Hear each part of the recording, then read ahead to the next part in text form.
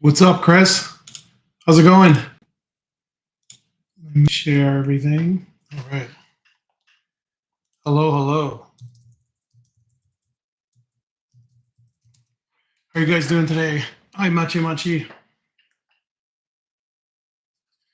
Come on in. Let's give everyone some time to join. Just getting started here. I'm going through all the questions. Can you guys all hear me clearly? Alaikum salam, Swag Jones.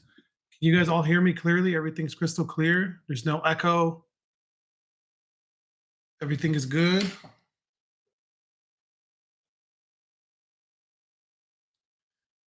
Hope so. I think so. Yeah, I think this is good. All right, perfect. Let's give everyone some time to come on in, ask questions. There's quite a few questions, so I want to make sure that everyone has an opportunity to join so they can go through all their questions. So, yes. All right.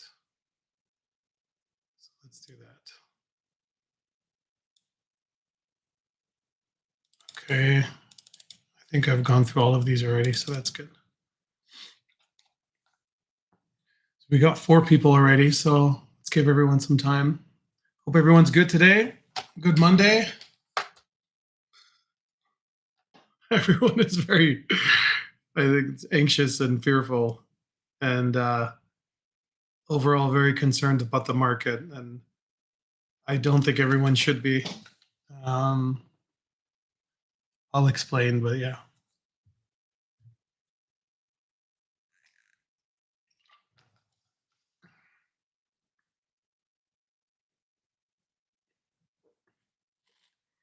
A few more joined. Welcome, welcome. Come on in. We're just giving everyone an opportunity to have a few more minutes to come on in. Join in a few. We'll start in a few minutes. It's only been a minute and a half now.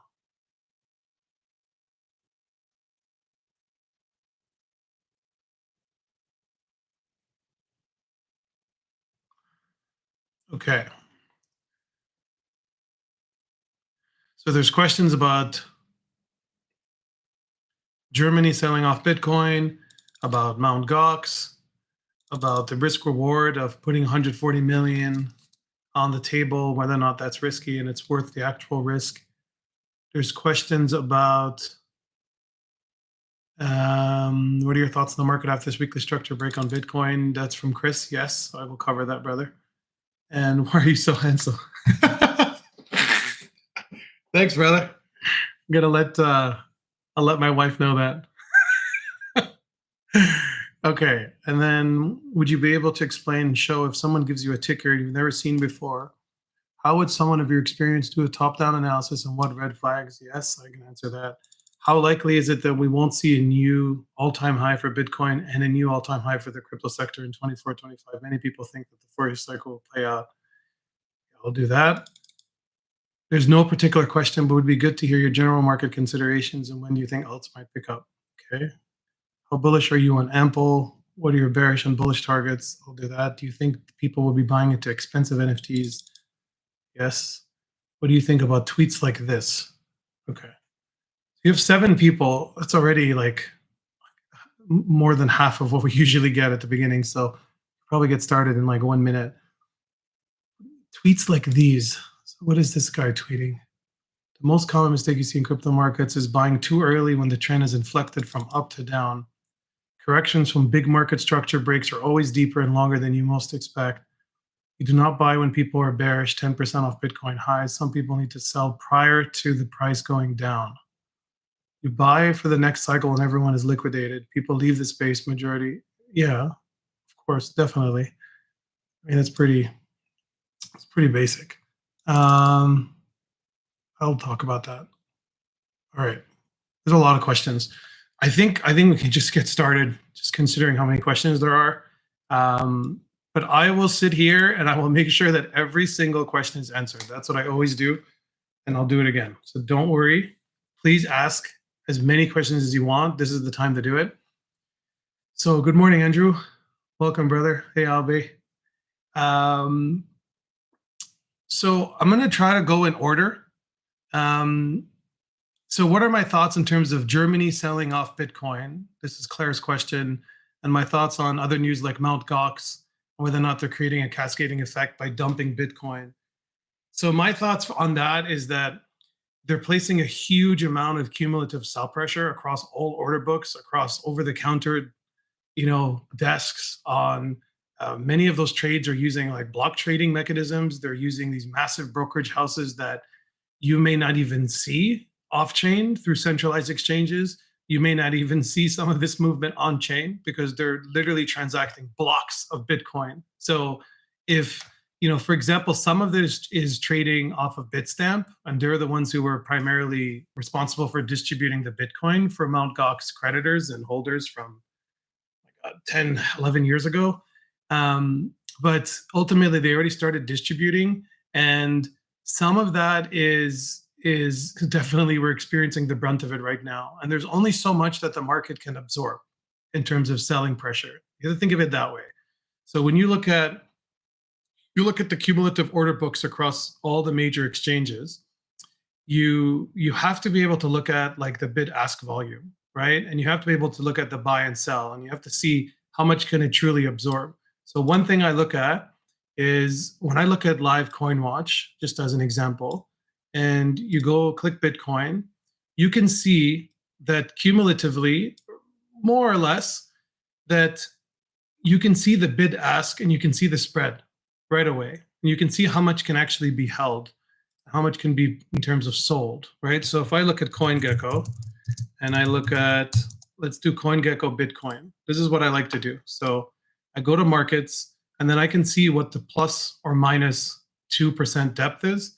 And this shows me that you essentially can go on Binance right now, and you can buy, you need to buy up to $13 million worth of Bitcoin denominated in USDT to be able to move the price up 2%.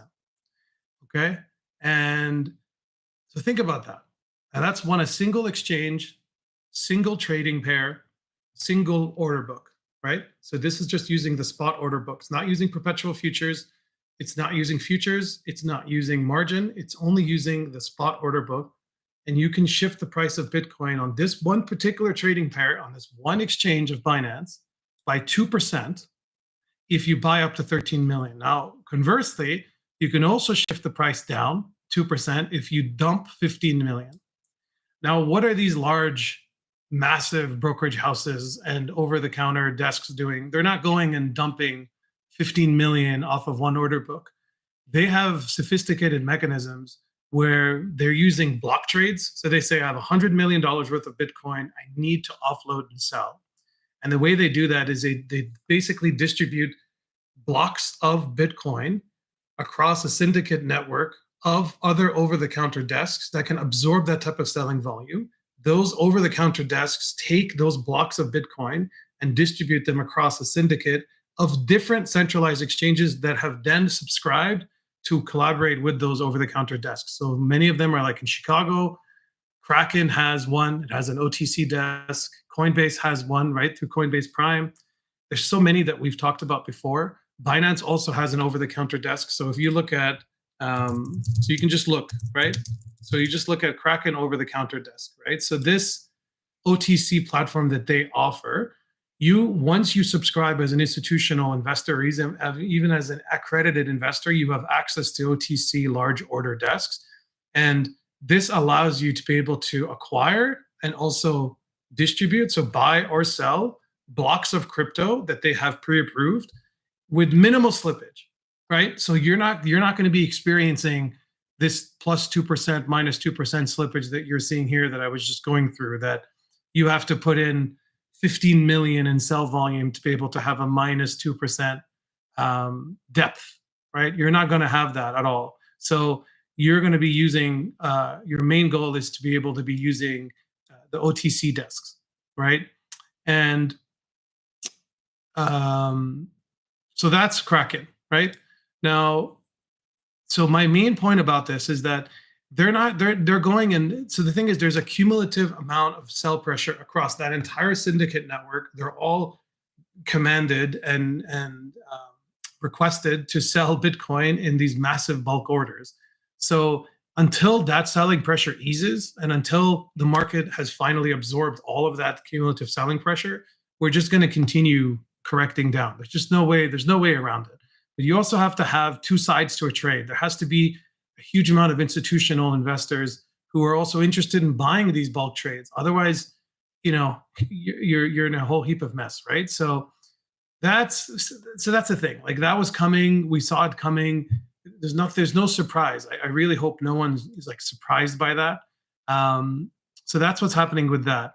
And then the question around, isn't risking 140 million to make another 20 to 50 million in government is really risky? Of course it's risky, but at the same time, their government mandate and their requirement, and especially with Mt. Gox creditors and bankruptcy law, and you have like an estate lawyer and you have a custodian for that estate law, they have strict rules that they have to abide by, and they have to conform to what's requested by their creditors, and they don't really have much freedom, right? And I think right now you're seeing exactly what you wrote as a cascading effect, where you're having a huge amount of Bitcoin being sold through those block trades, and it's cascading down to every single channel downstream.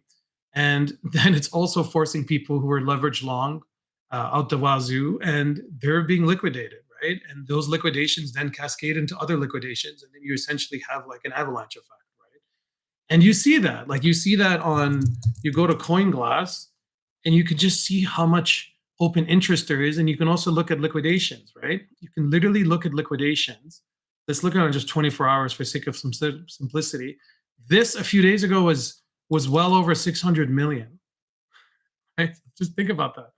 And still there is 215 million just in the last 24 hours have been completely wrecked and destroyed and liquidated. And liquidated in this sense means that they essentially went leverage long on Bitcoin, trying to catch the bottom, trying to catch the knife. And then what ultimately happened was the price dropped below what their liquidation price allowed on that particular exchange for that trading pair. And then what ends up happening is you get margin called. And when you get margin called, the exchange says, we're going to basically claw back everything that you had as your collateral. And now that you've lost your collateral, you're completely wrecked, right? And especially if you're doing like cross-positional lateral collateral, or if you're sourcing that collateral across the different assets, not just USD stablecoins or Euro stablecoins, then it's really detrimental. I mean, it's completely destructive to your portfolio. This is why I always say it's really better to not over leverage yourself beyond 2 to 3x leverage maximum. Because if you have a 20% drawdown, right, then with 3x leverage, that's a 60% collapse in your portfolio position. So, which is fine in some cases if you haven't put yourself in a position where you haven't put up sufficient collateral. But if you put up insufficient collateral and you're in a position where you're down 3x, right? So literally your drawdown is 60% because of 3x leverage. Then your losses are amplified by 3 times, right? So your 20% loss is amplified by 3 times. And then you're very dangerously close to hitting your liquidation price. And when that happens, you get margin called and you get wiped out. So you just need to make sure that you're not putting in your entire portfolio into any leverage trade. And there's a maximum loss formula that I use, and it's made up of many components, right? It's made up of what your entry price is. So let's say it's a long. So you look at your entry price, you look plus your slippage, plus your funding rate, plus your effective leverage ratio. So like what your leverage would be is a 2x or 3x. And then how much actual units of the asset that you're trying to buy, right? And then ultimately, in the end, you say what your stop loss would be, right? Those are like your 6 components. And then you calculate what your maximum tolerable allowed loss would be. And then you at least know that hypothetically, if the price somehow collapses, right, 35%, then of course you'd be completely liquidated, that position only. You would only be liquidated that position. But if you have sufficient capital that you can tap into, then you wouldn't be liquidated at that point, right? That's why you don't want to buy all the units that you possibly can. You just want to have a small amount of exposure. So rather than putting 100% of your portfolio into one leverage position, put maybe 10%, 15%. Then you can absorb a 10% loss to your portfolio. It's not the entire end of the world. And I'm just talking about your trading portion of your portfolio. So if you have 100, let's say you have 100,000 into the market and you have 10,000 into a frequent like scalp trading / leverage trading positions, right? The absolute maximum loss that you can absorb for that would be 10%, and that's not the end of the world if you lose 10%. So those are things hopefully that makes sense. Okay, so there's questions about leverage. So let's go through those. But Basso, leverage doesn't matter if you use a position calculator, right? It doesn't change anything if you use X5 or 100X because you have a stop. Exactly. That's exactly. You nailed it, Albe Trading. I mean, I wonder if I could show this somehow. No, it doesn't let me. I can pin it. So that's good. But basically, that's exactly it. And then 1K, no matter what, the only thing you're tighter is your stop loss, more gains, but chance higher to get stopped out. So that's exactly my point, Albe, is that your maximum loss equation would take in consideration all of those variables. So I'll go through that. So like, let's say you want to calculate what your maximum loss is. And I really feel like this is important to go through because I think a lot of people, even senior traders, I think haven't really looked at it this way. And I think this is what you should look at. So it's like what your maximum loss tolerated can be, right? That's the first thing. So what your first thing is, you have to first understand what is your total transaction cost. So how much are you paying? And for a long. So you're doing entry price plus price slippage, like we just went through. Another one is your transaction fees. Another factor is your funding rate. And then another factor is, and your transaction fees could be like a take or a maker fee, depending on whether or not you're doing a market order or a limit order, or you're doing, if you're staking like on Woo, then you have access to preferential rates, right? Oh, you're Wolf. What's up, Han? And then, so transaction fees plus funding rate, and then plus, I mean, that's pretty much it. That's what your total transaction cost is. That's how much you're paying. And then when you're doing leverage trading, you're calculating what your leverage ratio would be plus your funding rate, right? And then plus your stop loss plus your entry price. Ultimately, you're getting to some type of number that tells you what your actual liquidation price is going to be. And then you also have to remember that for exchanges, they also have a retention threshold. So they have a minimum threshold that they require you to be above your liquidation price. And they have the right to liquidate you above your liquidation price. Like most people don't know that. There's a window. And it's like 10 to 20%. So like literally, you could be 10 to 20% above your liquidation price. And they have the right legally, according to their terms of service, to come in and intervene proactively and close the position prior to it being liquidated. You understand? So that's hopefully, that explains like the full picture here. But that's why when you're taking leverage, you have to make sure that you're calculating it properly and you're taking into consideration your leverage ratio, your funding rate, your stop loss, your entry price, how much what the price slippage would be, your transaction fees, and what the threshold window is by exchange and by order book, right? So hopefully that makes sense. And then the question is, bigger stop loss is less gains, but less likely to get stopped out. Yes, but it's not just about the stop loss. It's about the entirety of the picture. And the entirety of the picture considers these 5 main variables, So hopefully that explains it. If it doesn't, please ask. And then the leverage just gives you extra capital to open more trades, but you always lose 1% max if you trade with a position calculator. Exactly. I mean, that's what the calculator does. It helps you calculate these on the fly quickly. So yes, the position calculator is absolutely the right way to go, and there's dozens of them. So I can share them with anybody if anybody's interested in that. And so let's see if there's any other. Okay, so let's go back. Just a lot of questions. So we'll get started. This is how I always traded leverage and still do it this day. Exactly. You're welcome, brother. You're always welcome.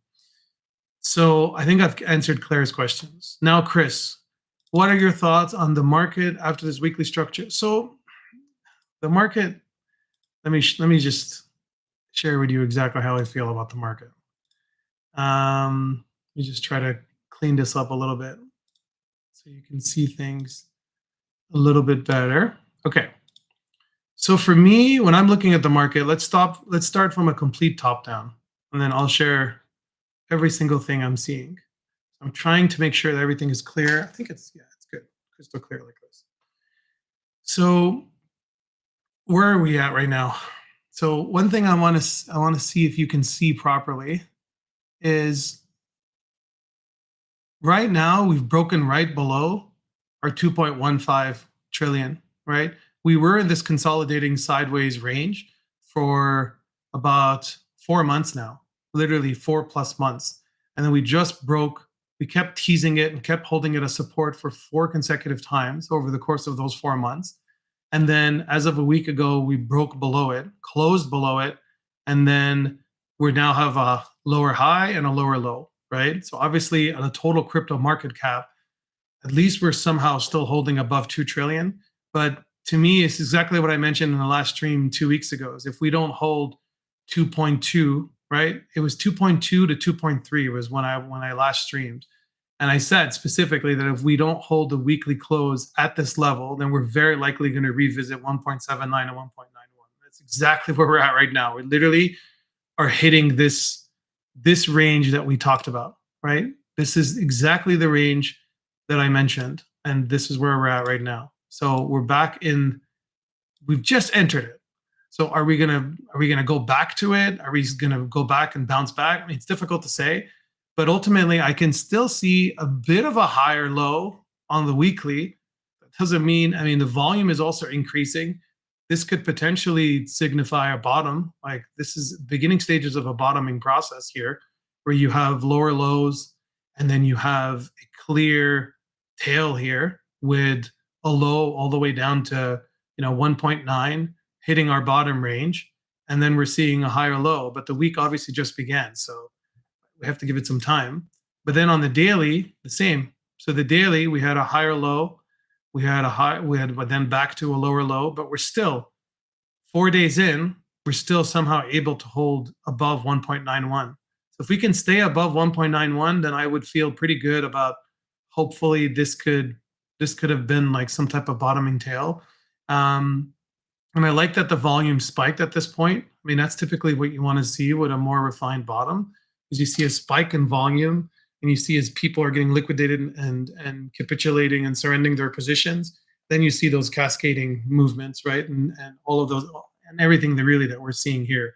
So I'm hoping that that continues. But if again, this is danger zone. Like to me, this is primarily a no trading zone, unless you're looking to accumulate, long-term positions that you feel um, very strongly about, right? Like more fundamentally strong projects with actual utility. I think those are still going to do well long term, but still, like to me, this is where we are with the total crypto market cap. And then when I look at, um, and I'll share the rest, but I think that's enough for total. But then when I look at Bitcoin, I mean, unfortunately, we broke out of that trend a while ago, right? I mean, here. So let me show you. But we broke out of that trend back in June 10th, right? We broke below. We went through a very strong upwards trend from October 2023 all the way to mid-June, and then we broke below it. And we broke also below my little zone here that I had targeted as the bottom back in April, and we broke below that, closed below it. So it's the same type of formation here. And unfortunately, we just really don't have much support. We don't have a huge amount of historical support at these levels. Like there's not amount. We haven't really traded for that long above 50,000. Like cumulatively, we really have only traded above 50,000 for about 6 months, right? Um, that goes all the way back to 2021. So just be careful here. Like these are definitely areas that you want to be careful, and you don't want to over leverage yourself. Don't be. I think overall we've been in for like a rude awakening here, and I think people are paranoid, and I think they're fearful, and they're anxious, and um, I think the goal is to not be that way, is to try to be calm and composed and make sure you keep the bigger picture in mind here. but ultimately we just don't have a lot of support at these levels. Like between, if we fall below 50, then I absolutely see us revisiting, between 47 to 40,000. That's just what the data shows me, right? I mean, that's just what it shows me, right? It's hard to convince me otherwise. Um, that's what I'm seeing, right? And I'm hoping we don't revisit those levels, but these are the historical levels of support that I've been tracking and monitoring. Now, the bigger picture, though, is that Bitcoin dominance on the weekly has been trending up, right? So for almost 2 full years. And I still don't feel comfortable and ultra bullish accumulating more alts than I already have until Bitcoin dominance by itself, including stable coins, so the traditional definition of Bitcoin dominance, reaches my level of 58 to 62, right? Which I was expecting around July, August, and we haven't hit there yet. We continue to go back sideways. We broke out of the trend back in May, and then now we're back into this consolidating range, right? Right between 53 and 55, 56. And we just have to see. We want Bitcoin dominance collapsing if you want to be bullish on meme coins and bullish on alts. That's one of the prerequisites for that, and from my research. But ultimately, for the longevity and the sustenance and the stability and the durability of the entire crypto market, you want Bitcoin dominance going back up to a healthy range of 58 to 60, 62, 65. That's what I would ideally like it to be. And for it to reach that destination, you're going to have to see altcoins being completely wiped out. It's just like the unfortunate, inconvenient truth, and that's the unfortunate reality. And we're not there yet. I mean, I wish we were there. We're just not there yet. Another variable that I also wanted to mention relative to like this question from Claire about Germany selling off Bitcoin, Mt. Gox selling off their Bitcoin, and the impending like cascading effects of that.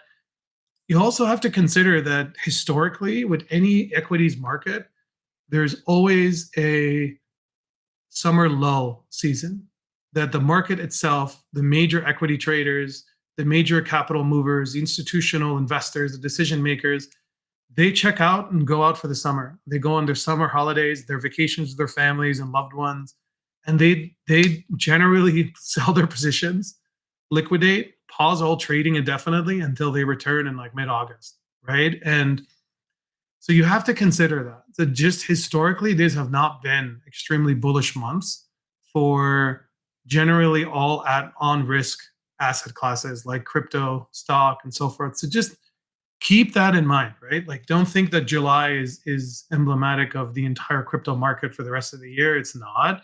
Historically, we've done terribly in July. You have to like remember that.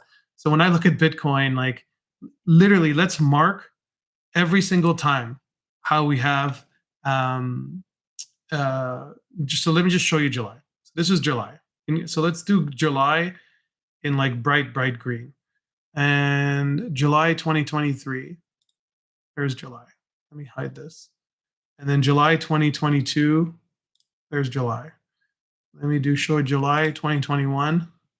And then let's show you July 2020 and July 2019. I mean, look at this. It's like unbelievably consistent. It's like clockwork. There's that one. Let me remove all this. It's like it's a little bit too noisy. Okay.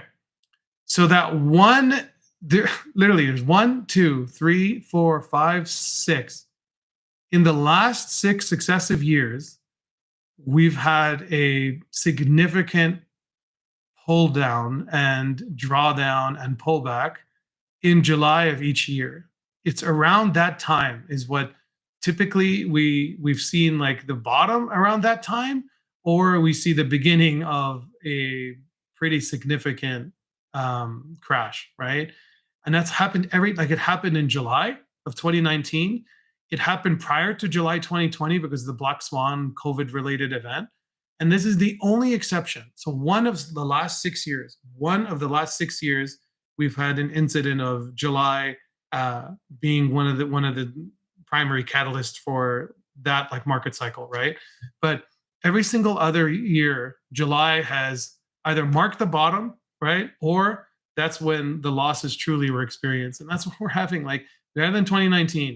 2020, we didn't have it. 2021, we had, you remember that was the bottom, right? I think Bitcoin hit like 18,500. Everyone was, no, it was, I think it was like 18, was it 28? Yeah. It was 28 the prior month, right? And then in that month, it also hit 29,000. And then in 2022, it essentially got close to the bottom, it was at 18,000. And then a few months later, it hit 15,400, right? So, which is still that's fairly minor. Like going from 18,000 to 15,500 is not significant. And again, same in 2023. If you remember July, we had the regional banking crash happen in March of 2023. And then July, we had another collapse where we went from all the way up to, 31, 32,000, all the way down to 24,000. And altcoins got absolutely destroyed. And then we finally had a massive push up from October onwards. And that's where we are now, right now. We're just having another big correction. But we're seeing generally, we're seeing healthy, I'm seeing healthy markers. Like to me, the prerequisites of a healthy, sustainable market is what I said before. It's you have Bitcoin above 50,000. You have the Bitcoin ETF being approved. You have the Ethereum ETF being approved and trading, hopefully commencing, right? And you're seeing a massive amount of insurgence of like inflow. And then that'll catalyze the market and stimulate everyone to push higher and push everything higher and stronger. You have ETH already go through its final capitulation, which I mean, we've been tracking this like hawks, right? I mean, literally every single time that we were in this situation, 3 for 3 times, we've had a collapse, right? But for us in this particular situation, it collapsed, but then we had this massive bounce back. So this, and you see, we've now fallen and closed. We haven't closed yet, but we've fallen and are about to close the weekly Heikinashi for Ethereum Bitcoin right below this major level of support. I just believe that if we can stay above 0.05 Ethereum Bitcoin and all the other prior, the ones that I mentioned, all the other variables, then these are good markers for a good, sustainable, healthy market. And we're not there yet. We're not there yet. Bitcoin dominance is not at 58 to like 62, 63, 65. Even Sol Bitcoin, it's not looking that great. I mean, the last 3 weeks, yeah, it's trending a little bit higher, but ultimately it's still not as strong as it was back in October. I mean, we literally went up a huge amount. But right now we're 3 for 3. Every time Sol Bitcoin hits this level of 0.002, we've held it. We've held it as support 4 times. So, this is how I feel. Like I think people want like for me to have like a crystal ball, and I'm just like, oh, like be an oracle and be able to like predict the future. But the thing is, it's just so incredibly difficult to predict. That's why I like to just react based upon what the empirical data is showing me, and then I like to track my quantitative ratios. I like to track my terminal targets. Many of those have been hit, but the big major foundational ones have not been hit, right? And those all are predicated off of Bitcoin dominance. And another very, very important variable, and I'll go through that question, Andrew. Another very important variable is the others Bitcoin, right? So, I mean, I was spot on this, and I'm proud of this, right? Like it's just taken me years to get to this point to be able to have a very good read on the market. And I feel that like I put this second target from a long time ago. I put this target from a long time ago and it hit. And this again, others BTC shows generally the relationship between smaller cap altcoins relative to Bitcoin. And you generally want this trending higher and upwards to the right if you want to be heavily invested in alts. And I said specifically the last time I streamed, I said, as long as we can stay above 0.16 and 0.17, then I feel like hopefully we can experience a good summer meme coin, some type of relief rally, some type of bounce, even if it's a dead cat bounce, that's fine. But I want to be able to at least have some type of relief rally here. You can't just keep trending down for this long. I mean, this literally, everyone talks about like the BART formation and and these Elliott wave theories and all these type of like retroactive technical analysis kind of like rear view methods, but ultimately, like, this metric has just never failed me. Like, it's so consistent. It's just so consistent. It's so consistent. And we really need to hold this level. If we don't hold 0.16, then unfortunately, I think we could absolutely re-hit the same lows as we did last time, which is 0.08. And if that happens, um, just be ready. Just be ready if this happens. If this scenario happens and we don't really bottom till, let's say, let me do like a more realistic one, right? So if we don't bottom till like the end of this year, then altcoins are going to go down another like 50, 60%, 75 easily. So just be prepared for that. You don't want to be selling so much at these bottoms. We just have to see if we're going to hold. If we're going to hold 0.16 on others Bitcoin, and Bitcoin dominance is above like 60, and the other variables I like to look at is like stable coins. So this is the stable coin dominance ratio. So this is very important for me too. Like, this is literally, these are the things that I track every day and every week. And I don't like this trending higher, right? You don't want this trending higher, because this means that people are fleeing to safety of stable coins. And for them, the stable coins is their ultimate reserve asset. Like, for as much as people say that Bitcoin is the canonical definition of the ultimate reserve asset, it really isn't, right? You cannot possibly have a reserve asset as Bitcoin if it oscillates 80% in 1 year. It doesn't make any sense. So stablecoin is considered the reserve asset of the market, and I like to track the dominance of the three primary stablecoins. And you don't want this trending higher if you want to be a bull in crypto, but you also don't want it to be trending higher, especially for altcoins. You want people to be selling their stable coins to get to altcoins.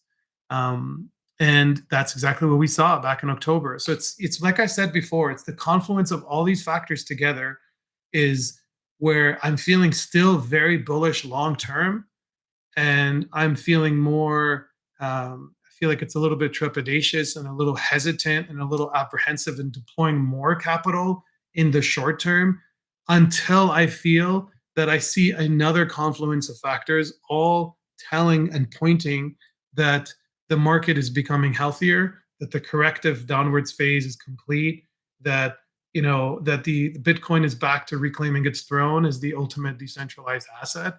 And to me, 54% is not indicative of that. It's just not. Like, it's just really hard to convince me otherwise. Like, in the past, it's hit 73% just a few years ago. So really, we're just going to go down 20% every market cycle? I find that really hard to believe. It went from 93 down to 73. So now people are going to try to convince me that Bitcoin dominance is going to bottom at, it's going to top at 54%. I don't buy it. I don't subscribe to that doctrine. Let's go through the questions. So, hola, mi amigos. Hey, Andrew. What's up, brother? Don't you think that it's much harder for Bitcoin dominance to go that high, given the amount of tokens that hit the market every day? Yes. So let me explain a few things about that. When you're looking at, so this is what I like to use. I like to use this metric a lot more. So this metric is Bitcoin dominance, excluding the noise of stable coins. And I think my target for that is even higher, because we're already at 59% when you exclude the noise of stable coins, because a lot of people are not flying towards the safety and stability of Bitcoin now. They're flying towards the safety and stability of stable coins. And if that's the new reality that we live in, then you have to exclude and remove that variable from the equation. And you have to truly look at what the actual Bitcoin dominance is. And right now it's at 59%, So that's one factor. Another factor is that a lot of the coins that you're referring to are actually not included in TradingView. So quite a few of the micro caps and small caps that you see in CoinMarketCap beyond the 100 are not even included in in a lot of what you see in TradingView. And they're not included also in like the total 2 and in total 3 and in others. Like these are not including right? This is only like 200 billion. There's hundreds of millions that are not being included here, right?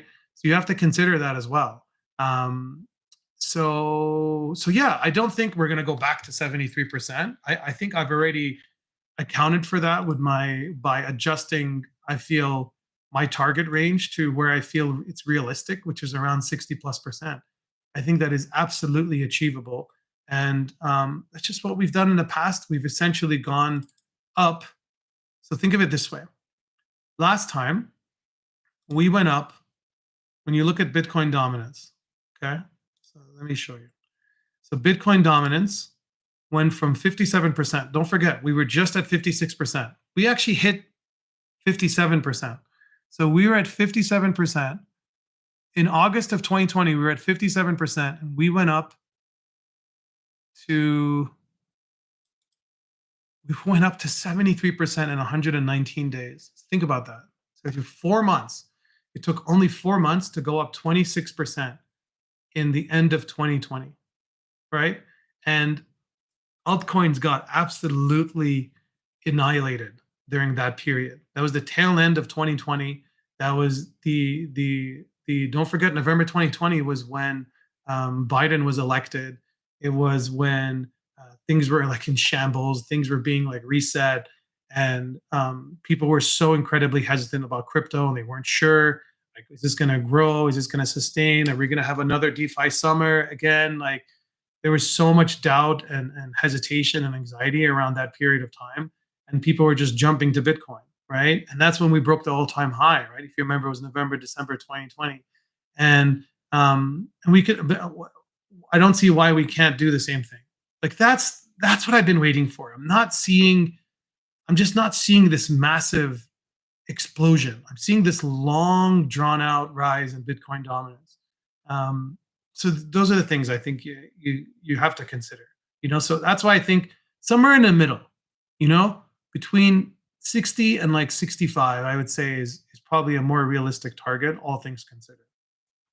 Um, so I mean that maybe it is too optimistic target for Bitcoin dominance. I don't think so, brother.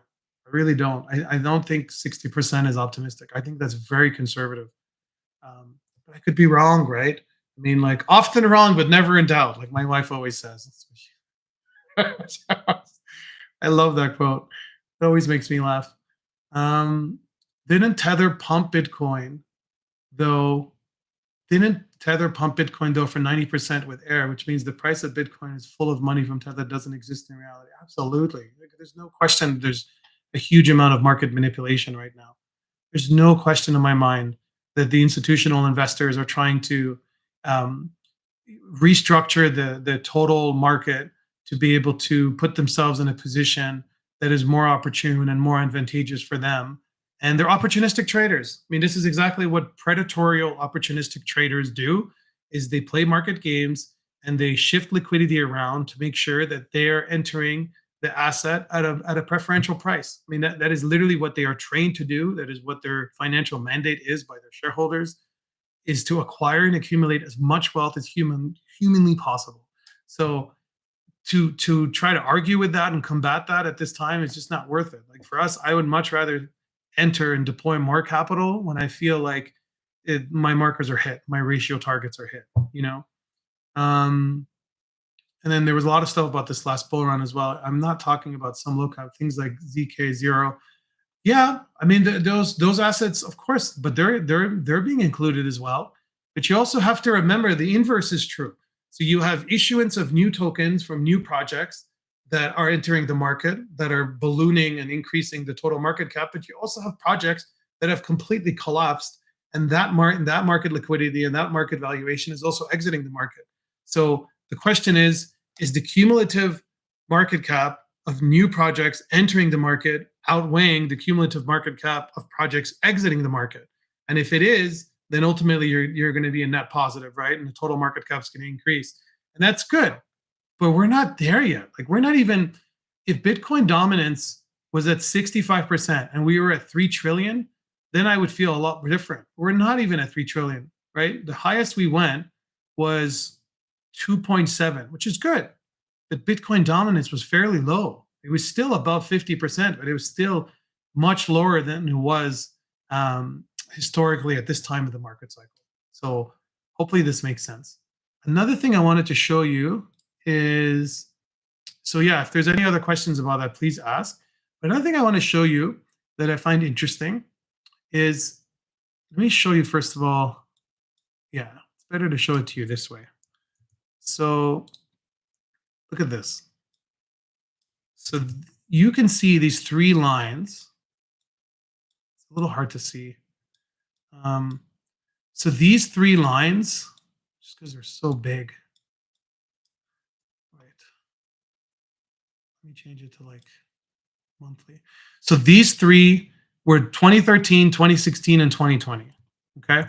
What I ended up doing is I just basically tried to use a ghost pattern to be able to show where we were back in April of 2024 and to see in the three prior market cycles, where were we price of Bitcoin wise, right? So if we were back in like 2020, we're in one of these three, right? So it was like 2013, 2016, 2020. And right now, we're still not even in unprecedented territory. Like we're literally not in unprecedented territory. If we collapse all the way down to 46,000, we're still not in unprecedented territory, which means that this is all status quo. Like I'm not panicking. I'm not worried or concerned about the sustainability of this market long term. Like it's impossible for me, in my eyes, for this asset class to disappear anytime soon. I just don't see it. I don't see it happening. But I do have significant concerns over the health and prosperity of the entire macroeconomic market and the durability of the US market and durability of the G8 nations, the most powerful instrumental markets in the world. I do have concerns about those, and I can talk about those at length, and I will go through some of them. But until we experience a recession or that there's clear indications of recession, I just don't see why there's so much fear and anxiety and doubt about the health of the market. I think people overinvested in altcoins and they didn't aggressively take enough profit on these ultra profitable meme coins that we were buying, right? I mean, like some of the projects were up 300x and people still refuse to take profit, right? And it's like, that goes against everything that we've been trying to show, right? It's just like you have to take profit. It doesn't make any sense to hold assets that go down 95%, like time and time again. It doesn't make any sense to hold an asset for the entire duration of the market cycle. If it's already made the brunt of the gains that you were expecting, then why are you just blindly holding an asset? Like you should be exiting, you should be exiting those positions, like please exit those positions. It's not just you, Andrew. You say it's you, but it's so many people, and they just hold assets, right? And it's like you have to have clear, predefined targets, and you say, if this asset goes up 10x, then I'm going to take 25% off. If it goes up another 10x, I'm going to take another 25% off. And at that point, you've already taken more of your existing capital deployed than otherwise, right? At least you've taken your initials out. At least you've locked in a huge amount of capital profit, and you can redeploy that capital to other positions that are just as speculative and just as high risk. Because a lot of these positions are investment narrative driven, right? These are investment themes, and it's driven by the excitement and the hype of that theme. And if the investment narrative is Bitcoin layer 2 platforms, then of course Stacks is going to be the leading player and going to be on the forefront of that movement. But when that investment narrative or that theme starts dissipating and interest starts fading, then you have to get out. You have to de-risk and close your positions. And at least if you want to have some exposure, then fine, right? Have some exposure and let the rest ride. But you should still be de-risking and managing your portfolio properly, and have a good portion of your portfolio in stable coins or in lower risk assets. Like that is the main thing, And then yes, never forget to take profit and use different take profit strategies in different market stages. Absolutely. And it's just as simple as just being very disciplined and having no emotions about it and saying, you know what, the market's overheated. I've been exceptionally greedy in this position. I'm up 100x. what am I doing? Like, I'll give you an example, concrete example. There's Kai, right? So one of the positions was Kai, Kai, right? Up 150x, 150x. And so many people are still refusing to sell. And we're on DMs and we're talking about them. I'm like trying to encourage them to take profit. I said, no, this is going to hit 200 million. It's going to hit 500 million. Just take profit. You're up 100x for God's sakes. There is absolutely no reason to just blindly hodl that position till the cows come home. It doesn't make any sense, because if it goes down 80%, you're going to have to make another 50, 60x to be able to erase those losses. So just please take profit. I mean, these are not like Spurtle, right? Spurtle was listed in Blockcircle when it was just a tiny, minuscule microcap, right? Just a tiny little baby of a project. It exploded. It went up, right? Just look at it. And people still refused to sell any positions. Like, people were literally buying in like May and June, and it went up. Okay, I'm showing you the numbers. It went up, right? 6,000%. 6,000%. People still did not take any profit, and they saw that go down, right? They saw it go down all the way here. Let me do it this way. So they saw it go down from 82%. 82%. Why? Just take the profit. Close it. If you can even just close the entire position. You did 100x. Like, you literally did. You outperformed the S&P 500 index by a factor of 60x. Like, just think about that. Think how outrageous that is. That is not available anywhere else. There's no asset class that gives you a 60x return. 60x return. You've outperformed the highest performing hedge funds on the market. Take some profit, for God's sakes, please. And if you want to reopen a position, it's fine, man. There's nothing wrong with reopening a position later.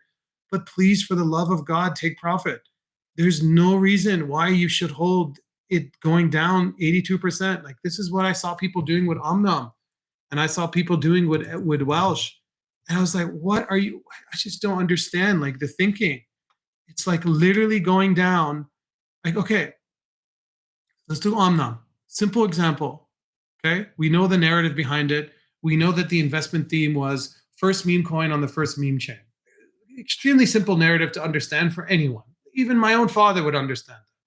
He wouldn't understand what a meme is, but I've explained to him what it is, and he understood it right away. Basically said, okay, it's a social revolution, right? It's a social cultural movement that people are monetizing and capitalizing on it in the form of some type of traded asset as a token. He understood it. Now, when you look at Omnom, Alex, right, and Modest, they had entered this position really, really early. They found it very, very early. Okay. Now, just do the math. It went up 300x. Okay, 300x. Okay, it went up 31,000%. Just 31,000%. People still did not sell. I've told so many people, and you're talking about Cresso. Who was talking about Cresso? Kyle, right? So Kyle, so you were talking, so there's so many people who are talking to me about Cresso, and I told people, you have to sell when you're in so much profit. The account abstracted smart contract wallet management investment theme is going to dissipate. It's going to fade. People are going to become disinterested in it. There are countless other alternatives. You have to take profit on these positions. You cannot rely on Crypto Hunter or I or anyone else to be able to exit. Like, you should be exiting yourself, So yeah, those are I can't tell you how many mistakes I've made. I have made so many mistakes in like buying and holding shit for much longer than I would have ever had, right? And I still do that. Like, I did that, I'm doing that with Sheems right now. And like, this is my biggest problem with Sheems, is that I love Sheems. I think the project is rock solid. I think it's like fundamentally strong. But then they do stupid shit like this, where look at this cover image, right? It's so incredibly, it's not just unprofessional. It's like uncouth and it's immature. It's just childish. And I told the founders, change, change this picture, right? Like, why are you putting that as your focal point for the project? The project has nothing to do with anything that's being said here. Like, the project is the first meme coin in Solana. It's 3 years old, has a massive committed community, 12,000 strong holders. It's a very distributed coin with low composition and low centralization. Like, that's what you want. And yeah, I just don't understand their thinking. So I bought in, and it went up like multiple X. I just held it, right? What am I doing? So that's why I keep saying, just go, and we need to constantly remind each other. Just constantly remind each other. Go in and take profit. Take profit. I don't care about where the team's founders are from, and they have children, they have these cats, and this cat's still alive, and is all these like burgeoning themes and these ideas, and like it's like the Haktua girl, right? I watched her the first time, and I just found the video so hilarious. I just found her adorable, right? And I was like, she's so funny, she's so entertaining, she's like captures your attention, she's interesting, and I was like, she's just funny. And I was like, there's definitely going to be a meme coin about it. Then the meme coin opened, and I was like, I don't know. Like these, like, this non-safe for work, the kind of NSFW related meme coins have never done well long term. They always just die. I was like, maybe it doesn't do well, but it did exceptionally well, right? It did exceptionally well. And people still didn't take profit. Now it's down like 65, 70%. So this is just something I think we're only going to do. Like, you're only going to learn through just getting your ass handed to you and just getting completely destroyed. That's just like, there's no other way to learn than to get completely burnt and get wrecked. And then you wipe yourself off and get ready, and then basically, start again. Right. But yeah, so don't think that I'm this like, this I don't make any mistakes. Like, I make mistakes all the time, all the time. Like, that is the expectation, is to make mistakes. However, when you're making mistakes, you have to make sure that you're managing your portfolio properly, and that you're not over invested and over capitalized into any one position, especially the ones that are extremely risky and speculative. So that was one thing I really wanted to make sure I covered today, was like the portfolio structure, because I'm just seeing people who are not following the most important tenets of portfolio structure and balancing your portfolio and making sure that you are hedging your risk by diversifying your positions, right? Like, these are things that I will go through, and I want to make sure that that I go through. And 100%, Andrew, like, the pain is the best teacher. It really is. And then Kyle, I think it's been worse because I've been thinking we aren't in the crazy part of the bull run yet. I'm thinking everything has come so much more upside. We're not in the crazy part of the bull run. I've never thought we were. I never understood why people felt like this is going to be the end of 2017 again. Like, I just don't, we're not going to be there when Bitcoin dominance is at like 54%. That's just not, that's to me is not the peak. And yeah, you made some money on it, bought some other positions from profits, but should have taken way more. Of course, at least you took profits. That's better than 99% of the market. Like, just think of it that way. It's better than 99%. All right. So let's go through other questions. How do you use Sower? Oh yeah, Sawyer. I can show you. So, okay. Now, what are the other questions? Market structure we did. And then, would you be able to show and explain, if someone gives you a ticker you've never seen before, would someone of your experience do a top-down analysis, and what red flags would instantly cause you to stop wasting time further? Yeah, I mean, are there any tickers that anyone wants me to look at, and then I can give you my very honest, like, unadulterated, unfiltered thoughts and opinions on it, because I'm very critical of projects. So, and I consider myself to be fairly good in terms of fundamentally screening. So, okay, Gnome. Okay, I think Gnome is still fairly. I mean, do you have any other historical ones? But yeah, I'll do Gnome. Any other ones?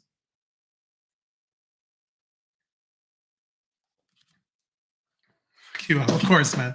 You're always taking ones that are like brand new. But yeah, QF, you like obsessed with that project. Okay, Zig. Hey, Zajum, how are you, brother? So let's look at Zig. But which Zig?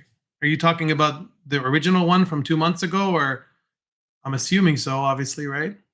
Vement. Okay, so let's look at Zig coin. I want to make sure. Zignali. Okay, it's not here.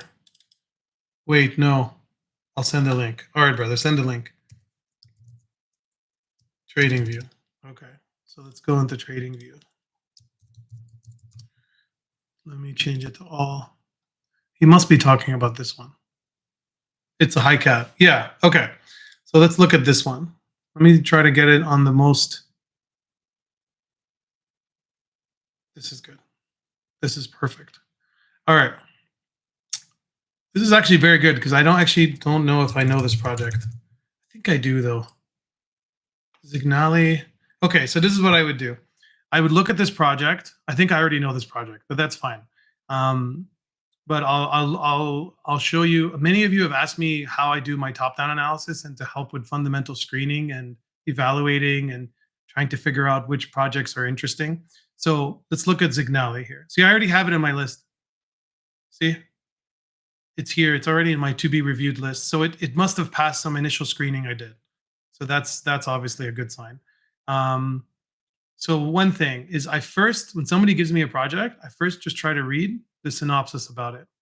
So, and I like to have a synopsis. If there's no synopsis in CoinMarketCap for a medium to large cap, then it's not a red flag, but it's definitely some point of consideration that the founding team hasn't put in the effort and time and paid the small placement fee of like 3,500 to 5,000 up to 10,000, depending if they want to list on CoinMarketCap or CoinGecko, and that they haven't done the sufficient like groundwork to get listed properly with the proper descriptions and the proper smart contract addresses and the right metadata related to the project, and that includes a description. So for me, this is like a very basic, quick cursory check. It's like if there's a description that's not written by CoinMarketCap, then I think it's good, right? But so this is good, right? It's saying it's including unverified information. That means they did provide the information.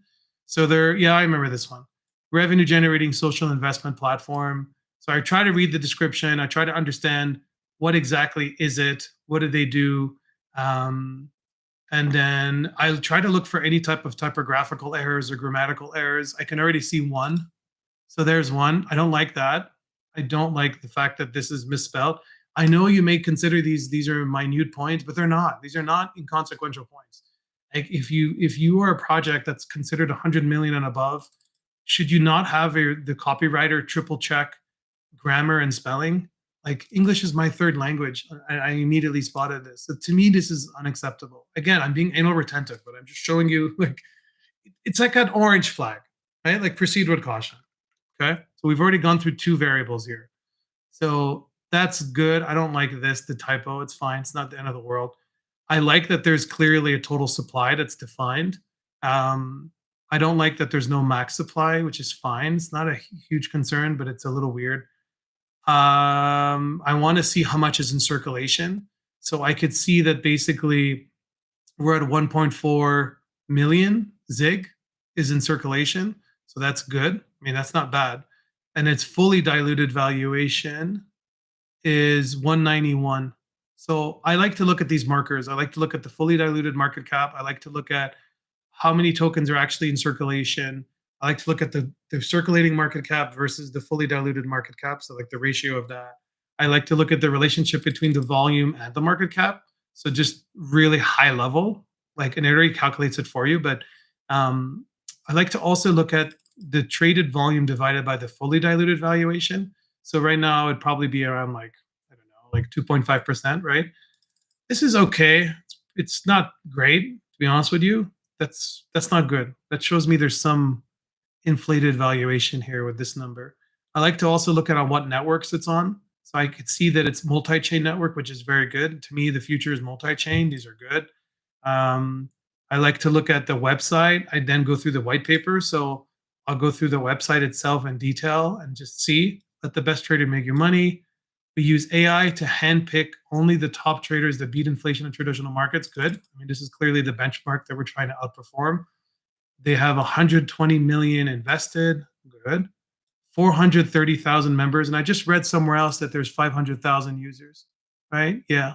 There's 500,000 users, including 150 plus, veteran portfolio managers who are actually issuing the trades, which is good. Trading volume is completely irrelevant because you're just taking 4 million times 720 days, right? That's how long it's been in circulation. So if I go back, it was like 22. Yeah, so late 2021, even more, 3 years, 3 years. And we'll do the price history after, but I just want to do the fundamental screening. And then look at the top traders. Okay, this looks good. It's fine. I mean, it's pretty simple. 4.9% annualized is shit. None of this is quant group. A quantitative group is only making 89% annualized. Mm, that's not outperforming Bitcoin, Ether, and Solana or Doge. So I don't see how this is impressive in any way. But that's fine. That's not the merit of the token itself. It's more the merit of the project. Um, Z-score. So do you know why they're using Z-score? Because this is a statistical indicator that people use and to be able to see how varied you are from the mean, and they look at like Z-score and all of that. That's fine. They're just making it fun. Why trust Zigdao? So I like the fact that there's a DAO component to it that suggests decentralizations. Funds are Safu. It's using the right slang. They partner with Binance and Bybit. That's extremely bullish that it's going to be listed on Binance, and, and I'm sure it already is. And then I like to also look at I just do this. So I have an extension that allows me to open up all the links just by right clicking. So I have all the links open. So I am now in Twitter. I look for any red flags. So 99,000 followers. That's a huge amount of followers. The Twitter profile was created in February 2018. That seems like a red flag to me. I think they've repurposed another asset that they've bought and they rebranded it as Zignal, because how could the Twitter profile be created in February of 2018 when their token was only issued in March 2021? Something odd there. It's not a huge deal, but sort of is. And then 78 plus. So there's 80 people who I'm following, or who are following me, who are following this page, which is good. That's not bad, right? I mean, there's that's a good sign. It's a good, definitely a social proof that you can look at. And then I try to just look at the last like 10, 20 tweets and just see if there's anything intriguing. So they're doing circulating supply exercise, its governance power, and upgraded tokenomics. So they're changing tokenomics on the fly. They're doing proposals using Snapshot, which is good. That's part of the DAO. It's excellent. They're all good. They're all good signs. Doing memes. I try to look at engagement. So if they have 100,000 followers and they have 5,000 posts, that's good. That's excellent. And I try to just see, so if they have 100,000 followers, let's look at their actual tweet. So they have 770 likes, 14 retweets. That's fine. 142 likes. And then I try to see who's liking them and who's retweeting them. So they used to give me the ability to do that, but now I can't. Yeah, I can view the quotes. So I can see who's shilling this and pushing this project. So these are the people who've reposted. Satoshi Flipper. He's good. He's okay. And then Ozdemir. Yeah, he's pushing this aggressively. And then Amit Cool. Yeah, I mean, that's basically what I'm looking at. I'm just trying to see if there's anything concerning, like if there's some well-known bad actors who are pushing and promoting this project. And then just keep looking at the tweets, look at the comments. This is a little weird that there's only, see? Wait. Yeah, I think that's fine. I think that's good so far. I'm not seeing anything that's that outrageously concerning other than the fact that it was created in February of 2018. So, but that's still concerning to me. If they didn't acquire the company that then they rebranded the Twitter profile, then it's a red flag. If they acquired the company and rebranded the profile, that's completely fine. That's just mergers and acquisitions, and it's legal and it's compliant and it's morally acceptable. But if they acquired some other asset that's completely unrelated to the project and they rebranded it, or that they bought Twitter followers, I think those are things that are concerning to me, because then How can you find out about that? So here's what you do. So go into Twitter, take their profile, go to SocialBlade, and let me show you the main page. So go to socialblade.com. I don't know why it's all like weirdly aligned here. Okay, here.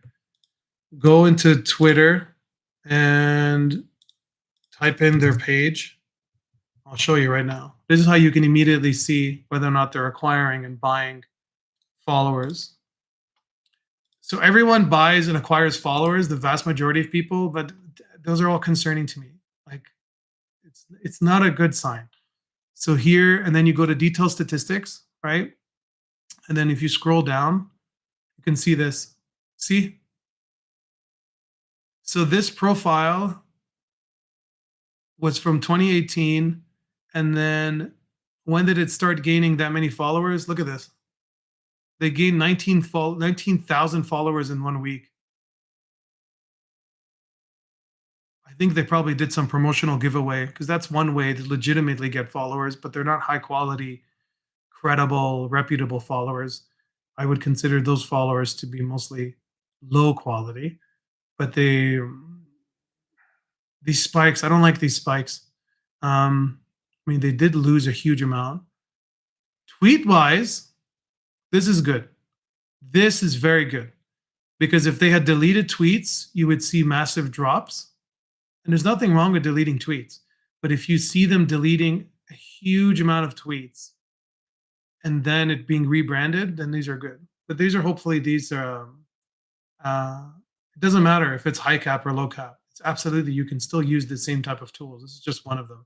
I have a whole bunch of other tools that I use for social media audits and so forth. Like you can use there's a whole bunch, but like I don't think you need to do it more than this. This takes a lot of time. Like this is why me fundamentally screening projects takes me like several weeks. Like literally, I'm not exaggerating because we haven't even gone through the price history. We haven't done the white paper. Like there's so much more that I typically will do. Hopefully this explains that. And then I look at their YouTube, 2.4 thousand. So 2.4 thousand viewers, subscribers, that's fine. Then I look at how many views they have, 37,000, that's fine. It was created in November of 2020. So why would they create a YouTube 2 years after creating the Twitter? Twitter is concerning to me, but and then I want to look at the oldest videos from 3 years ago, how to connect Zignal profit sharing. That's good. I mean, this is good. This is so far, this is fine. I don't see anything concerning here. And then I want to look at their Telegram, which I just did. So let me see here if I open it in the web. I'm already logged in. So here. So just look at their Telegram. See what you see that's potentially concerning. Is there anything that just looks preposterous? You know, any people complaining that are constantly being deleted, any messages that are concerning, any mention of the word scam, right? Those are the things that you typically will look for. Beware of scams. Lots of scams lately. Scam message, beware. Somebody got scammed. Watch out, guys. It's not time to fall for a scam. It's good. It's fine. I'm not seeing anything concerning here. You can look at their Discord and start asking their admins questions if you want. Look at their media posts and their blog posts and see, is there anything that they've been doing that's like significant. And the partnership with Engine Starter is very good. Engine has like 20 million gaming wallets, right, that they manage. So that's good. This is very good, right? EVMOS, right? Evmos. This is like their EVM operating system. This is nice. I like this part. They have two very good partnerships just in the last month, you know. So how can you find out about that? I did that. I glanced at it. I do not like the concept itself, but it seems they did over the counter. At least some known OTC players have been pushing it. Brother, this is a high cap though. How do you do it on small cap? I answered that. Does not matter. There are a lot of tokens above 100 million to 200 million that are shitty. Yes, absolutely. So the process is similar. Yes. Yeah, but I'd rather care about small caps because a lot of people recommend small caps. Yeah, a lot of people recommend mid caps as well. We'll go through small caps after. Unfortunately, not always Does mid and large cap mean that the project is really legit? 100%, Andrew. You are on fire. 100% correct. I'd say he's doing a good research for mid to long term bag, checking everything. Yeah, this is for medium to long term. Absolutely, spot on. Then I look at the team. I look for anything that's concerning. So they're based in Singapore. Fine. 9,000 followers. That seems a little high. I think they 100% bought followers. You know how incredibly difficult it is to get followers on LinkedIn. Um, Let me see how many times they've posted. So scroll down here. See, like they only started posting in 11 months and they have 10,000 followers. They definitely bought followers. There's no question in my mind. That's fine. I mean, they're inflating the social media properties, and inflating the statistics to create the illusion that they are under significant demand and that they're being liked and loved and passionately followed and so forth. Um, but I've already counted 3 red flags. Just don't forget that, right? I've counted the typographical error. I've counted the fact that they have there's a Twitter profile where the founding date is incongruent with the founding date of the actual company, right? I found that they are most definitely acquiring bot followers or unsubstantiated followers. Um, Another thing that I would also look at is if I'm going into way too much detail, Tommy, but you asked me what I do, so this is just what I do. You don't have to do this. Is I also look at who is. So I look at like the actual historical founding of the domain. So let me just log in quickly. So yeah. So if you go to like Hooxy, so whoxy.com or any type of who is DNS domain registration history app, right? There's hundreds, but this one works fine. So if you just type in the domain name without the prefix and then just search for it, you'll see when it was founded. And just give it 1 minute. It's always like these captcha checks that you have to do. But it basically gives you, okay. That's weird. Okay. Let me just look at the who is history then. That could be concerning. Why is it not giving me? Okay. So I could see that 18th of May 2022 is when they registered this website, but this is the DAO. Probably would have to look at the history of the actual domain. So Crypto Wolf, right? So Han, you were asking about what he would do for small caps. This is absolutely one huge thing you would do for micro caps and small caps is look at the domain history, look at the DNS registration, look at when it's expiring, look for how long they registered for. If they're only registered for 1 year or their expiry date is like 2-3 years into the future. Look if their registered contact information is redacted or blocked for any way, which is good. It's fine. It's expected. Look if you're seeing a huge amount of changes here, because this shows the history of name server changes. It's not a red flag in any way if you're seeing name servers changes, because that's essentially showing you where the actual website is being hosted. But if you're seeing constant frequent changes, it's a concern. That's all. It's just a concern. It's not a huge red flag. It's like orange flag, proceed with caution. So what else? Okay, go back to LinkedIn. Let me finish. So if you go to LinkedIn, go to their people, and where do they live? So they live in Spain, even though it was founded in Singapore. That's weird, but that's fine. It's just weird. That's all. I think these are all the developers. Madrid, Pakistan, Turkey, Argentina. Those are like some of the best locations. So here, so let's look at these two guys. Let's look at the founder and co-CEO and CMO, and let's see if they are. Just look at their profiles, their credentials, their qualifications. See what their track record is. See if they're actually, in fact, completely committed and fully dedicated to this project, or if they're just doing it as a sort of tangential side job. So this person is an advisor. That's fine. And it says October 2018. Excellent. So then they were working since 2018. So that's good. So that negates all of my concern about Twitter. That's good. That's a huge red flag that's been wiped off now. So I'm feeling a lot more bullish about this project now. So far, everything's checking out. So here is a chief marketing strategy officer, and he's the growth officer from a month ago. That's fine. But he's also a founder and chief strategy officer of Factor 44 and the founder of Flag. That's fine. I mean, he's basically just doing his own side consulting. And then you have Bartolome, who've been working on it since March 2018 in Singapore, but he lives in Andorra. So he's basically living in some sovereign state in Spain, right? So this is good. This is fine. And he's saying launching the best crypto copy trading platform. So this is excellent. I'm happy. I'm happy you're finding it helpful, Zajma. It's my pleasure.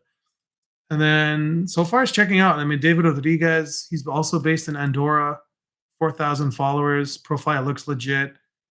He's a co-founder and CMO. Let's look at his like educational credentials. There's nothing.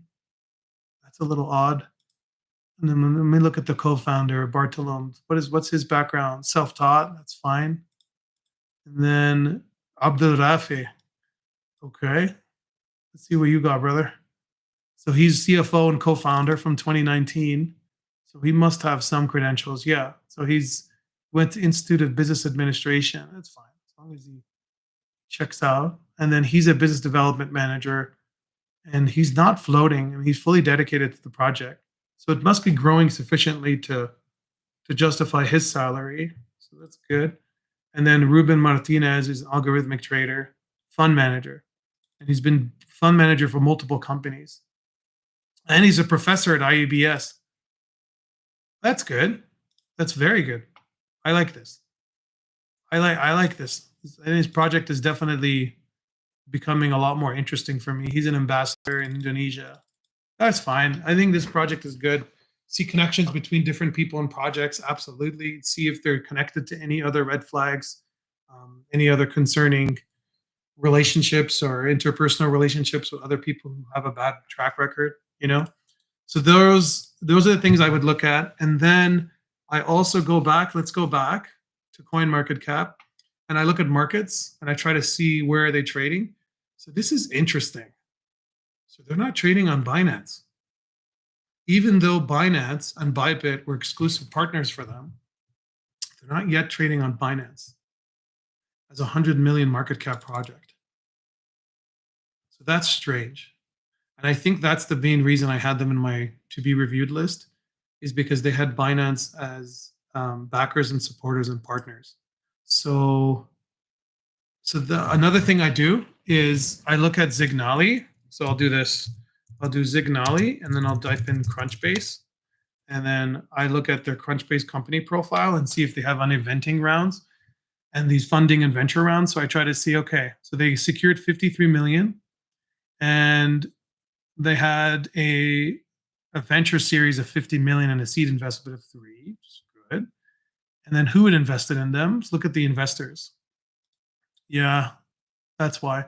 So I like to track Ledger Prime. I like to track Disruptin Ventures. And then I like to track Rise Labs. So, but Parataxis Capital, right? So these are companies that invested in Zignal, but Global Emerging Markets Group had invested in them $50 million. So they must have seen something beyond the seed round that was quite bullish on the project. And let's look at what projects, what else have they invested in, right? This is the Global Emerging Markets Group. So they invested in Relief Therapeutics, E2, Copper 360, SGP, Byron, and just nothing to do with crypto whatsoever, which is weird. And Vilas, Fit and Beat, Zion Finance. It's really like no mention of crypto. This is like the only crypto project. Spark, but Spark is data related. So that's really odd that they're investing 50 million into Zignal. So if you want to dig deeper, you have to look at the founders of this project, right? So go to the founders. the people of this investment group and see if they have prior relationships with the founders of Zignal, and that's how they leveraged. They have Edward Tobin. I know him. Always. I know some of these guys. They're involved in crypto in some capacity. So I wonder if that's how they got some exposure to them. Mm, I don't know. So those are things I look at. Another thing I look at is the fact that they're not traded on Binance makes it very interesting for me, because whenever it gets listed on like a tier one centralized group exchange like Binance, then those are catalysts, right? I mean, those are predefined, historically proven like catalysts for the price to appreciate significantly. And yeah, so those are things I see. And then I like that it's trading on 5 blockchain networks. I want to see, does it have perps? It doesn't. Does it have futures? It doesn't. Does it have any DEX exposure? It does not, which is odd. How could it not have any? How could it not have any trading off chain? That's weird. How is the trading entirely on chain? So that is weird. Let me go to DEX Screener and let me look at this project. So it is trading somewhere. It's just for whatever reason, it's not showing up on CoinMarketCap. So it's trading on Ethereum and it's trading on also on the Injective protocol at $9 volume, 21,000. So let's look at this one. Yeah, it's trading. It's fine. It's hovering at 9 cents. I mean, it just broke it's about to break its all-time high. It's about 50% below. It was close though. It was at 14 cents and it was at 20. So yeah, this is a good project. I think this is worth definitely looking at. Another thing is I also like to look at the holder composition. But I think that's enough for this project. I'll do another one. Can we have you as a guest for the one Dutch stream? Yeah, of course. I'm more than happy to do that anytime, brother. But I was trying to keep the Dutch stream entirely in like Dutch, obviously. But if you want me to speak there, I'm more than happy to do that. It's the same thing with the Indonesian team asked me to speak. But I want to just be respectful to the cultural traditions of each market, and that I think English is treated differently in different markets. I think, yeah, so I'm more than happy to absolutely do that. We can talk about that after, but 100% I'm in. There's no question. But yeah, those are things I would look at. I just don't know how much more you want me to show you, but I can go into a lot more detail of what I do. But this is like another thing I would look at is also the white paper. So like I would sit down and read the white paper very closely and see if there's anything that seems contradictory or off or conflicting to what they prior said. Um, like, so those are the things that I like to see. So I like to just read through the white paper, and there's going to be so many golden nuggets here and like goose eggs that you'll find when you're reading through the white papers, and you also understand like the basis of their founding and why were they created, what type of problem are they trying to solve, what is their vision and mission, who are the founding partners, what are the security protocol considerations you have to have, like all these things that you see in the white paper. I like that they have risk factors. I like that. I like that they have this. And then, yeah, pricing action will do now. So the 2 big things we haven't done that I do, or 3 big things that I like to do is, let me just show you quickly. Let's just stick with this example, and then I'll do any other one. But now that you know how I do it, I can do the other ones a lot faster. So let's stick with this one. So what I like to do from a very thorough token audit standpoint, but I wouldn't do this for like a 200 million market cap, is I like to also make sure that when I go to Deck Screener, and I like to just see, just very quickly, is there anything that Go Plus Security, and I know the founding team for Go Plus Security, so they're very good, and they know what they're doing, and they identify which metrics are potentially concerning. And so far, there's nothing concerning here. And then Quick Intel, the same. Token Sniffer found something. So I would look at Token Sniffer, look at what their audit results are. It'll just take a minute. And then another thing about Token Sniffer is I'll show you the cluster map, the bubble map. I like to also just do very quick cursory. So all other holders possess less than 5% of the circulating supply.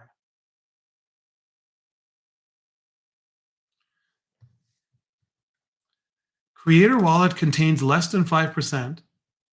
All other holders possess less than 5% of circulating token supply. Yeah. So you're seeing high concentration. That's exactly why I like to do my cluster analysis and look at the bubble maps, because you don't want this, right? Um, at least 95% of the liquidity burned and blocked for at least 15 days. Not enough liquidity is secured for the minimum duration, which could allow for significant amounts to be removed, a rug pull.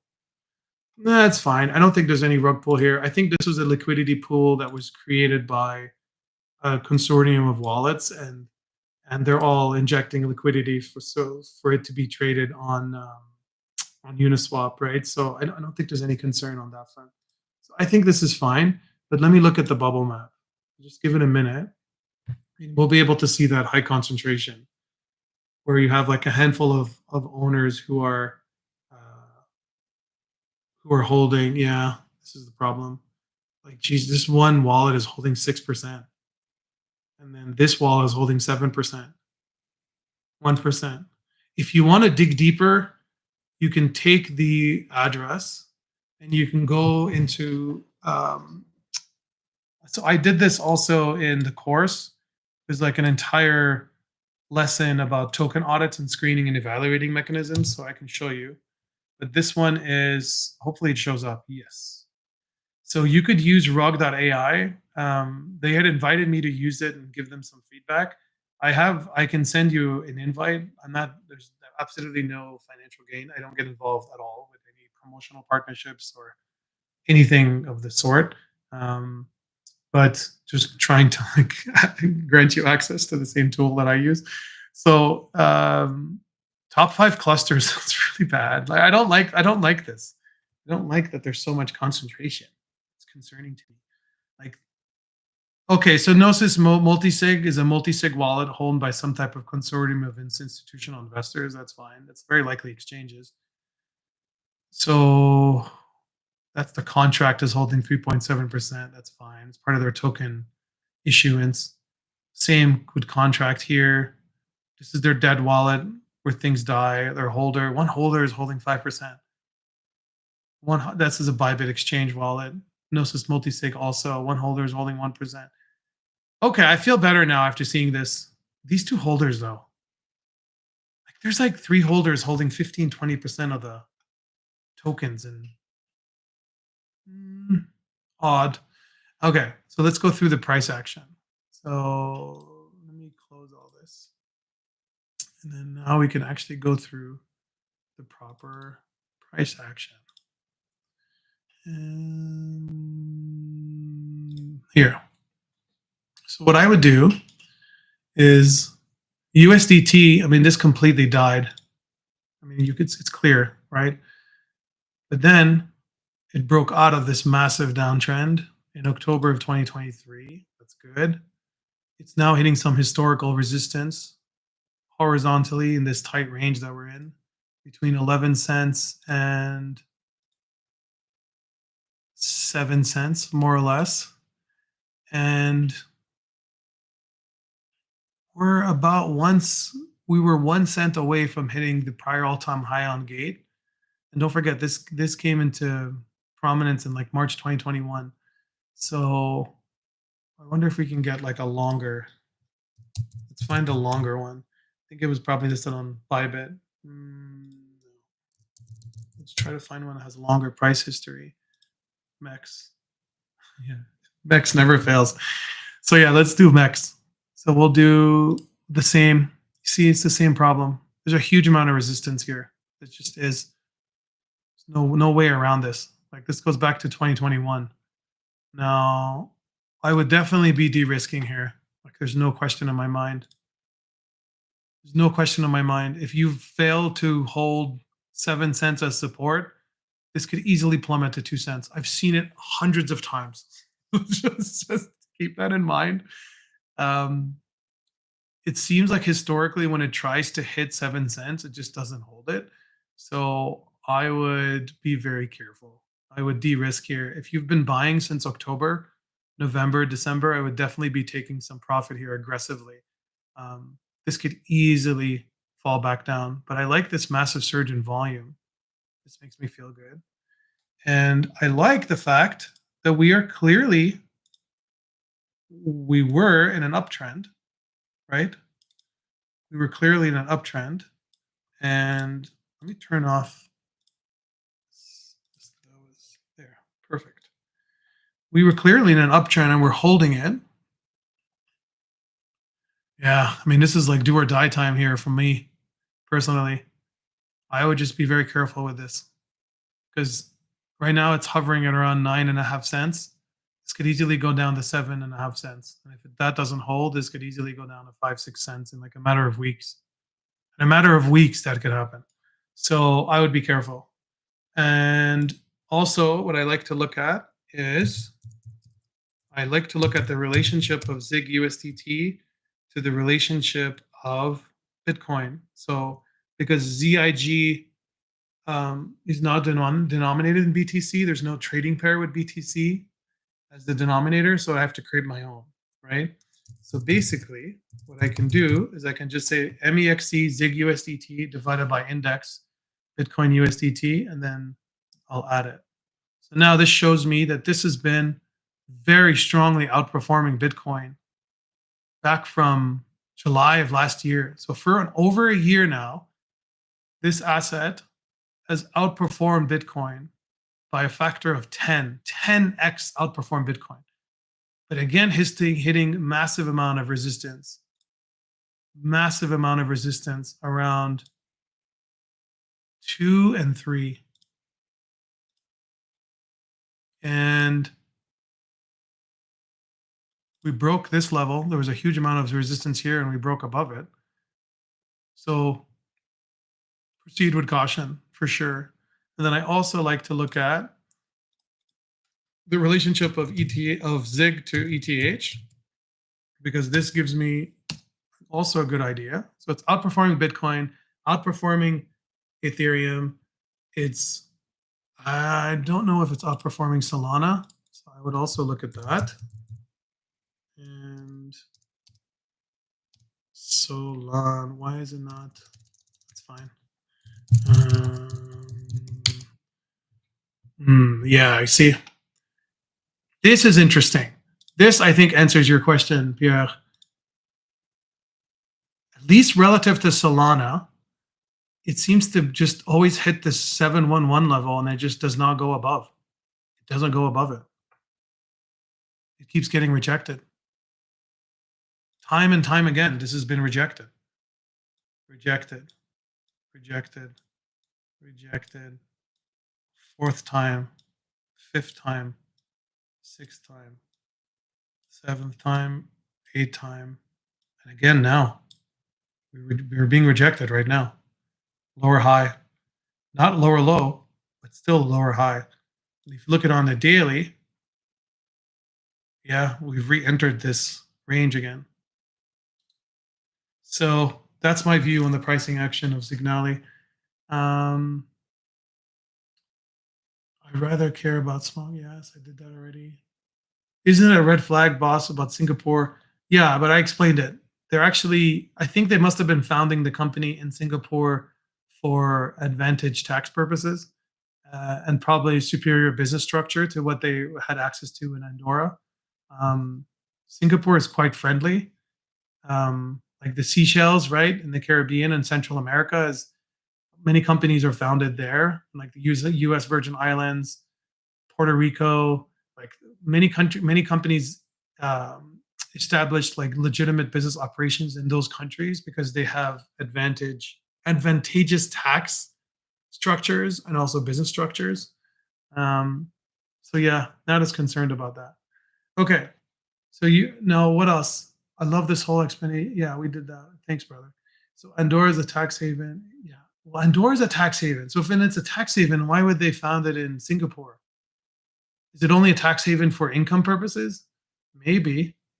Countries located in red. Are there any countries that are red flags? It's hard to say. I mean, the most mischievous, dishonest companies establish their operations in like the most legitimate tier 1 G8 G20 countries in the world, like right alongside the top tier on most honest companies, right? So it's hard to make that type of stretch like of an explanation. Um, okay, I need to go back to the other questions. There's still so many we have to go through, but these are good. These are really good questions. I like this is awesome. Any other questions? Please ask. To give you a ticker, I did that already. How likely is it that we won't see a new all-time high for Bitcoin, a new all-time high for the crypto sector? Many people think that the 4-year cycle will play out again. So how likely is it to happen again? I think I covered some of that. I just don't. I'm just not as concerned because maybe it'll help if I just tell you what would concern me. Maybe that'll like. I want to hide this. Hide.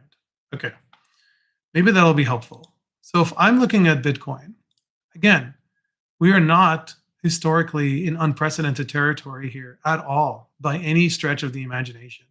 Like we are just right where we were in multiple cycles. We were, but as of now, we're really trending along closer to the prior cycle because this was the COVID crash. So I'm just not concerned until we go below, I would say, the 200-week EMA and the 200-week SMA and maybe the 300-week SMA. Then I would be like, all right, but let me just change it to the traditional candles, and then let me turn on. Let me just turn some of these bad boys on, and then I can look. I like the 50 in this, but I don't want to have so much noise. I just want to keep it very simple. Okay. And let me remove some of this. I want to show you something else. Okay. It's still a little noisy.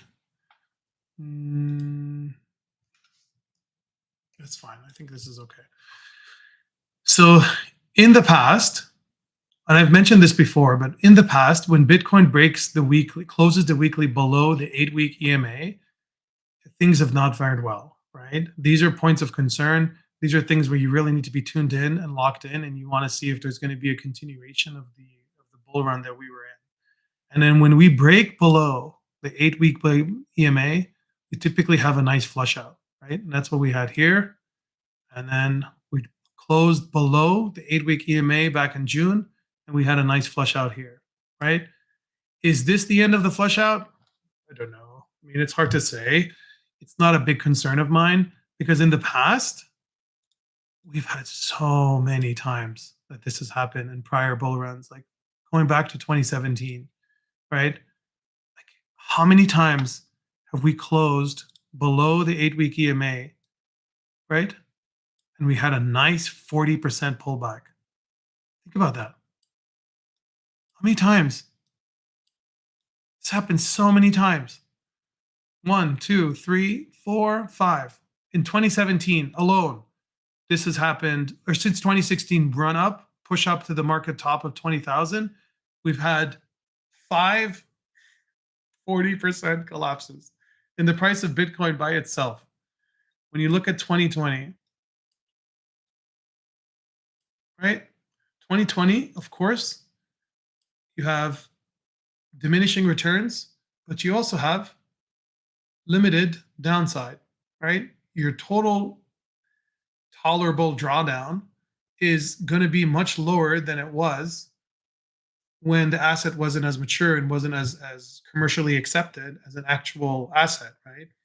And that's why in 2020 we just had a few pullbacks. We had like a 22%, we had a 30%, but don't forget in 2021 we had a massive 40%. Like here, we went from 64,000, right, all the way down, right? It's 55%. That's 55%. 65,000 to 55%. That went up to 28,000. And then we went up back to 69,000. This was an extremely unusual double top technical structure that I don't think anyone expected. But however, I did expect a pretty significant meme coin rally. And that's why I was buying meme coins like crazy in 2021. That's when I was buying Floki. I was buying all the other like stupid coins. I mean, they're so idiotic. Some of them, it's like ridiculous. But I love the Floki like metaverse component to it. They created like an entire ecosystem about the meme coin, and I liked it. They did like a 20x, and I had a lot in it, and I took some profit, and then didn't take anywhere near as enough profit. So that obviously completely killed me. But I did well. I did very well in that position. I did well. Like that was a great market cycle. I took a lot of profit out. Nowhere near as much as I should have, but again, you live and learn, right? But so those are my thoughts on that. I just don't. I'm just not that concerned until, like, honestly, what is fair game is going from 74,000. What was the absolute top? It was like it's saying 73,000 here. Yeah, 73,700. So let's say it goes down from 73,000 all the way to 55%. That would just be what it did last time, which is when 32,000. I don't think that's going to happen. What is much more realistic is somewhere between 30 and 40% as like the absolute downside. So that would be down to like 44,000 or 50. So it's like 50 down to 44,000 would be a very attractive time to go and accumulate more Bitcoin, especially if Bitcoin dominance is low, is nowhere near like 60%. We always have mini cycles inside each cycle. Exactly. And yes, of course, brother. You can absolutely watch the stream back. So you're either super aggressive with rotations or you hold long term, but you must know what you're holding. Exactly. That's exactly correct. But that's what I'm thinking. So I just don't see the concern. Like I'm still expecting a market cycle top sometime next year, but it's predicated on the fact of where the macroeconomic situation ends up being. Like right now, if you look at the federal funds rate, right? So the de facto government interest rate that it charges as like a benchmark for all the banks that essentially establish all their loans based upon that rate, right? And this is the rate that they're funding their initiatives with. It's like at 5.25 to 5.5%, right? And what they're expecting, this is what the actual St. Louis Federal Reserve Bank is projecting, is that they're expecting a pivot to happen sometime in 2024, and they're expecting it to go down to 5, and they're expecting it to go down to 4 in 2025, and they're expecting it to go 3 in 2026. Typically, when this happens, initially, when there's a governmental intervention that leads to a federal fund rate drop, so the Federal Reserve has pivoted, in other words, that typically cracks the economy, or it's at the tail end of the economy finally like pulling back. And recessions coincide usually around those dates. That's just what happened in 2019.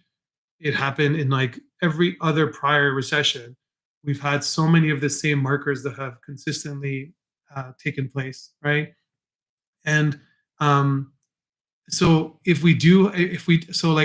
that's St. Louis. But if you look at Atlanta, this one. So no, that's not it. It's this. This is no. This shows you the full history, but I wanted to show you something else too. Yeah. So this one. So this is from the Atlanta Federal Reserve, and they have a few different Federal Reserves, obviously, but this one is they're expecting a pivot in September. So again, if the U.S. Federal Reserve feels that the U.S. economy has sufficiently contracted, has sufficiently bared the brunt of the market pulling back, and that people are fearful enough of an impending recession, and that money stops rotating, and that capital starts being accessible, and like a myriad of other factors that I can go into a lot more detail about, then the Federal Reserve is going to say, okay, I think that's enough. Like the cracks and the fractures are exposed in the market now, and I think it's sufficiently broken to justify that we should reduce the interest rate, right? Try to make money a little bit more available. Try to free up capital for use and for consumption by retail, by institutions, by commercial banks, and so forth. And when that happens, this is what Atlanta is expecting, right? They're expecting that there's going to be a gradual decrease of federal funds rate all the way down to 3, right? Think about that. It's in some range, right? The upper bound is still 4.7 and the lower bound is 2.6, right? Exactly. So lower rates, more liquidity, better for risk on assets.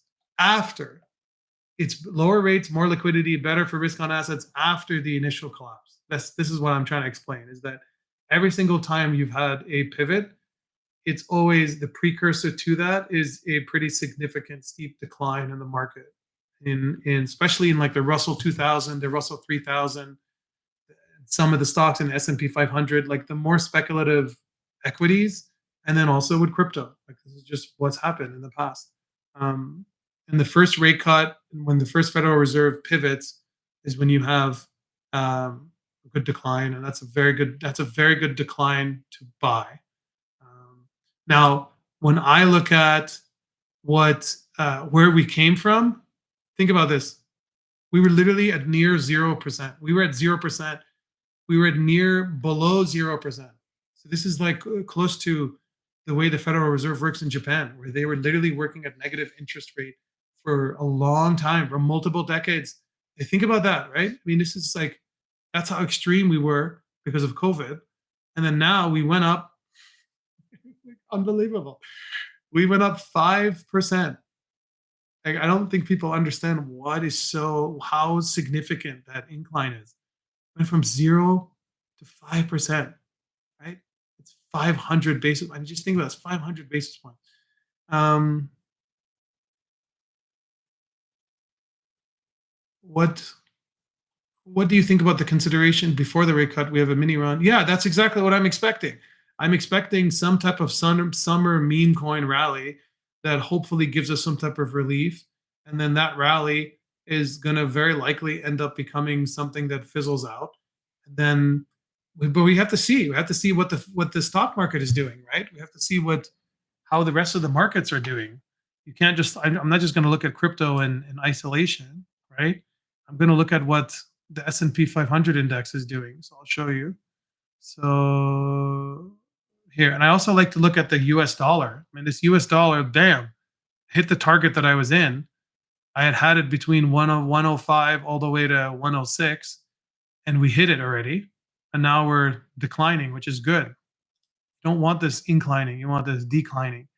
You want the US dollar index to show that the US dollar is underperforming the basket of fiat currencies that it's indexed against, and that you generally want the US dollar to be losing demand. If it's losing demand, then that capital that would otherwise be deployed to buying and accumulating more dollars is going to other risk on assets like the stock market, right? And other speculative assets. So you want to see this be going down. Like crypto does well when this goes down, right? So this back in October, back when I was talking to you about the confluence of factors, like this is another very important factor that I was tracking that you could clearly see, right? So let me show you. You can clearly see a lower high. That's the first lower high back in October 9th. First lower high, but still not a higher low. And still not a lower low. But then lower high again, but still not a higher low. Still not a lower low. And then again, a lower low. So this is 4 consecutive weeks now where you could see the US dollar declining relative to the basket of currencies. So either the US dollar wasn't growing at a fast enough rate to outpace the basket of currencies, or the basket of currencies were declining at a faster rate than the US dollar, right? I mean, that's literally how that ratio works. So for me, where we are right now, I mean, we're basically just in this tight range, right? Like right between 104 and 106. We've just been in this range for so long, for several months. So I would love for this to break down for like 3-4 more weeks, and then we have a nice little rally. That would be nice, especially if it can go below 104. That's one factor, especially for looking at the recession. And I want to look at the S&P 500. I mean, this just keeps rocking. I mean, why would the Federal Reserve pivot if people are still buying and consuming and accumulating as much wealth as they possibly can? It just doesn't make any sense. It doesn't jive. The economy has to sufficiently contract, it has to sufficiently pull back. People have to be more reserved with their spending, they have to become more conservative for the Federal Reserve to finally step in and um, and intervene, right? I mean, that's been my view about it from the beginning. But they're not going to do that if the S&P 500 just keeps climbing higher and higher and higher. However, there are very clear cracks in the economy that are very concerning to me. So, for example, I like to track personal income. So these are the recession indicators that how recessions are classified by the National Bureau of Economic Research, and they look at real personal income excluding current receipts. They look at non-farm payrolls. They look at the real personal consumption expenditures, right? And let me change this to monthly because that's when it's issued. They also are looking at employment levels. They're looking at industrial production. They look at the total cumulative global, the gross domestic product production, and then the gross domestic income, right? So, what are some signs that are interesting and concerning?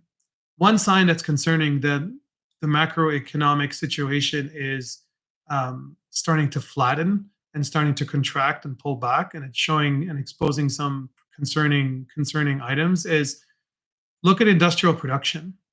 We're just back to where we were 2 years ago, right? You don't want to see this decline. You generally don't want to see it. So I want to add the, I think it's called the US RCM or US here. There's like a recession indicator that you could use. This one. Yeah, RECM. So if you add this allows you to see when there's a recession in the past. Okay. And anytime that you see that it's orange like this, that means there was a recession. So if I change it back,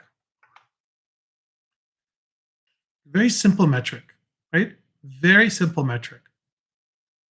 Whenever you see a steep decline in the total cumulative industrial production on a monthly level, based upon the US Federal Reserve's published data, you start having, these are the first earliest signs of a recession, right?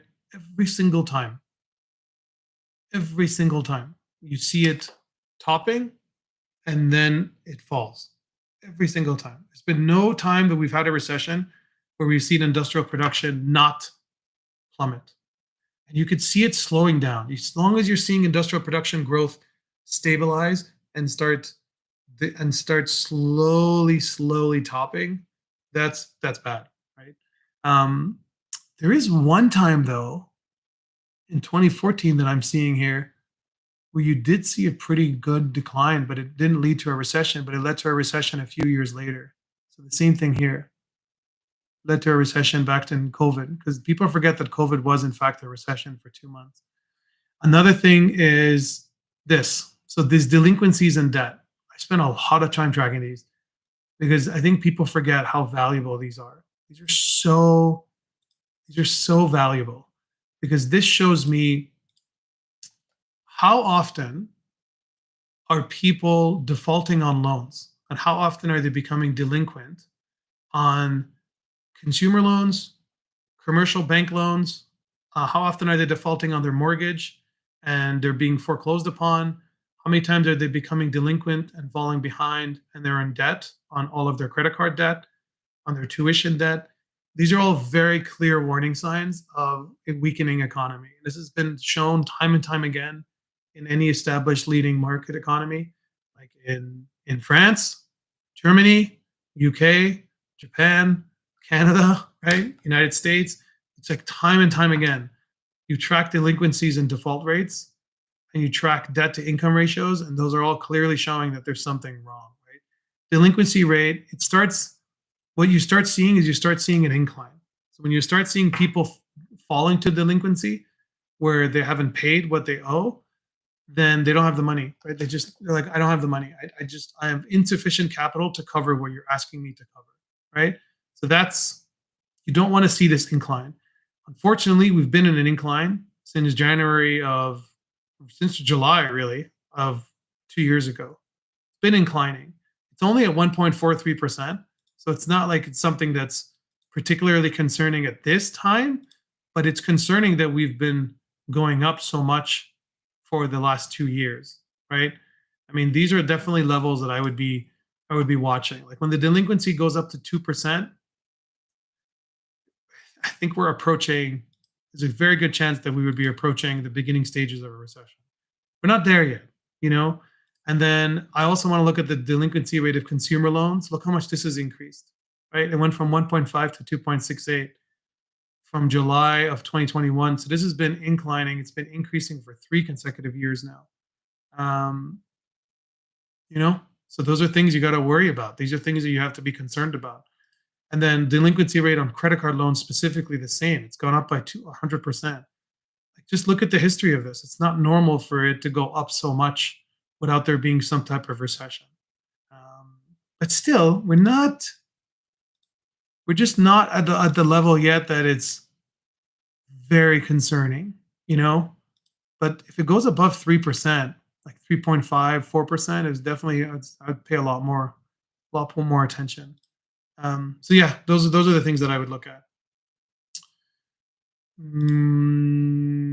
So yeah, my expectation is still that we're going to have some type of market cycle top sometime next year. But it depends. This whole theory that people have around the left translated life. So I said from the beginning that I don't subscribe to that theory. But don't forget that when you look at the price of Bitcoin, it did break the all-time high in like basic terms, but when you adjust for inflation, absolutely did not. It did not break the all-time high. It has to break 78 to 80,000 for it to break the all-time high. When you adjust for inflation, and you don't typically have to adjust for inflation, except in cases when inflation is so extreme. But inflation is so extreme, right? It was so extreme that it went up to 9%. You have to account for inflation when you're looking at the value and the price of assets. You can't just ignore this variable, and you can't remove it when it was 8,000%. It went up 8,000%. Think about that. It went up 8,000%. And people are just saying, "Oh, we're an all-time high," and like, yeah, of course, we're an all-time high in like nominal terms. But when you're looking at you have to account for inflation. That's my main point about that. So I'm just not as I never subscribed to that left translated cycle. I was thinking it's a possibility for sure, considering how fast everything was moving. Um, those are my thoughts. So I'm still net bullish, like as bullish as I could possibly be. Market consideration when alts might pick up. I shared that already. How bullish are you on Ample? Um, all right. Like my brain is starting to like slow down here. All right. So how bullish are you on Ample? Um, I'm bullish. I'm bullish on Ample. I like Ample. I love Ample. So let me show you the dashboard. So if you go to the Ample dashboard, you will see that in the past, and I posted about this too, that whenever you see the price of Ample as a rebasing stablecoin fall below $1, it's a very good time to actually accumulate that. And then you can clearly do a swing trade and go up 25 to 40% because invariably it's going to be within this range of 1.13 to 1.25. And it fell below $1. It was at 91 cents, right? And I bought a little bit, but ultimately, I think I think this is just going to continue staying and obviously within its target range. I mean, this is its equilibrium range, right? This is what is defined by the algorithm that they've created. But the hope is that we get into a hyper expansionary phase where you have the market cap explode up to 600, 700, 800 million, and then you don't see the price contracting until it reaches a peak, right? So I don't see why we can't reclaim the market cap of 600, 700 million. That was the market cycle top on coin market cap, but it went higher even on other exchanges. Um, But I don't see why we can't reclaim that, especially now because Coinbase just invested um, tens of millions into Spot, right? So Spot, if you, I don't know if you guys know what Spot is. So I wrote about Spot um, in the group. So Spot is that derivative of Ample. So do you remember? So it's like Ample, and then it breaks out into two derivatives. One is like Spot, and the other one is ST, and that's what Spot is, right? So Spot. Let me just explain. Let me just show you. So and I wrote Spot somewhere here. This. So this is what it is. So Spot is literally a volatility derivative of Ample. It's derived from Ample. But Spot was just invested in by Coinbase, by Armstrong, right? Because he's extremely bullish on the future of flat coins. And what flat coins are is like pseudo stable coins that adjust for inflation automatically through their own mechanism, right? And Spot is to them the de facto like flat coin of the future. And so I don't see how this is not going to do well in the future. The problem with Spot is it's just not used. I mean, this is the thing, right? Like it exploded from like $1 to like $7 or $6.50, which is weird. The volume is minuscule, and I wrote that like, and Hunter also wrote his views as well about making use of Spot collateral, and then um, there was other thoughts I shared about like the fact that there's just no volume. Like if you actually look at this trading pair, there's not a huge amount of volume. You know, it's really like it's really quite small. So now it's increasing 299,000, but when I had checked, it was like 50,000. So I would be concerned with Spot. But Ample, I just don't see how Ample doesn't continue doing well as a stable coin and as a rebasing stable coin. I just wouldn't personally be buying um, Ample and just holding it in like an exchange wallet. I would withdraw and keep it in your private wallet. So hopefully that answers that. And then how long do I think the relief rally can go on? I mean, I think it would go on for it can go on for like several weeks, right? I mean, there's no yeah, we just have to see. Trying to predict like the exact duration of like a market bounce would be hard to make, but that's how I would see it. Bullish ample I covered. Do you think people will be buying expensive NFTs at the end of the cycle? It depends. I mean, if I look at the platform, and so let me look at the Blockcircle alpha analysis, and let's go to the simple view, and let's look at the NFT metrics themselves now. And I want to see if you look at non-fungible tokens as a whole, you can see that the floor price tends to increase around the same time. So let me remove some of these. Yeah, let me remove some of these to remove some noise. Let's just keep our eyes on a few handfuls here. Cool cats. My lady is very famous. Okay. So now this shows you the NFT floor price historically. And this basically shows when I look at the price of Bored Ape Yacht Club, right? Let me change it to linear so you can actually see it, the more extreme variations in price. But if I'm looking at the price of Bored Ape Yacht Club, and I'm looking at the average NFT floor price relative to the price of Bitcoin, you can see that the price of Bitcoin hit 67,000 right at the end of 2021. And that's when the price of Bored Ape Yacht Club around that time peaked, right? Or peaked at that time. That was the all-time high at that time was 124,000. And then in April of 2022, it peaked. So it was like, it was a few months after it peaked. So let's look at CryptoPunks. CryptoPunks, very similar. It collapsed during the initial collapse of Bitcoin when it went from 69,000 all the way to, 40,000. But then CryptoPunks recovered. right? So that's in purple. And then if you look at the price of me bits, not enough volume for it to be worth my lady didn't really wasn't that significant. So yeah, I think it's absolutely a distinct possibility that that could be the case. Um, I don't think it's end of the cycle. I think it's after the cycle has peaked and we've had a pretty significant pullback. Then I think there's a possibility that we could have NFTs being bought in like in large quantities. You know.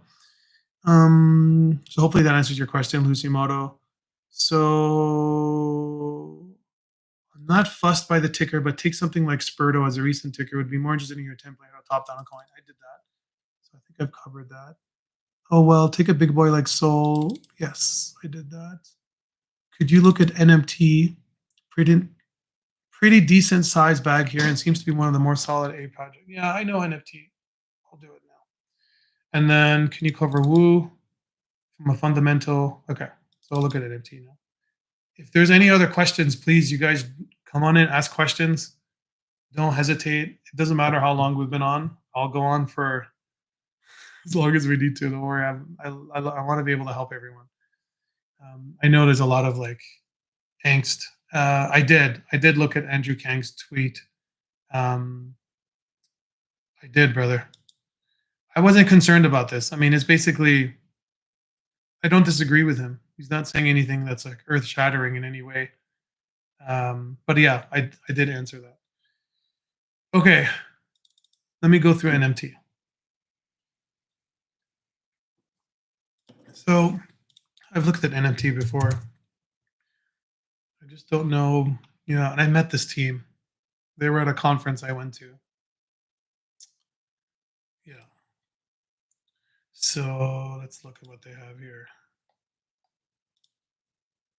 And wow, it's been declining. I'll watch it back. Pretty interesting to see his insights as well. Yeah, he's good. I like him. I like him. He's good.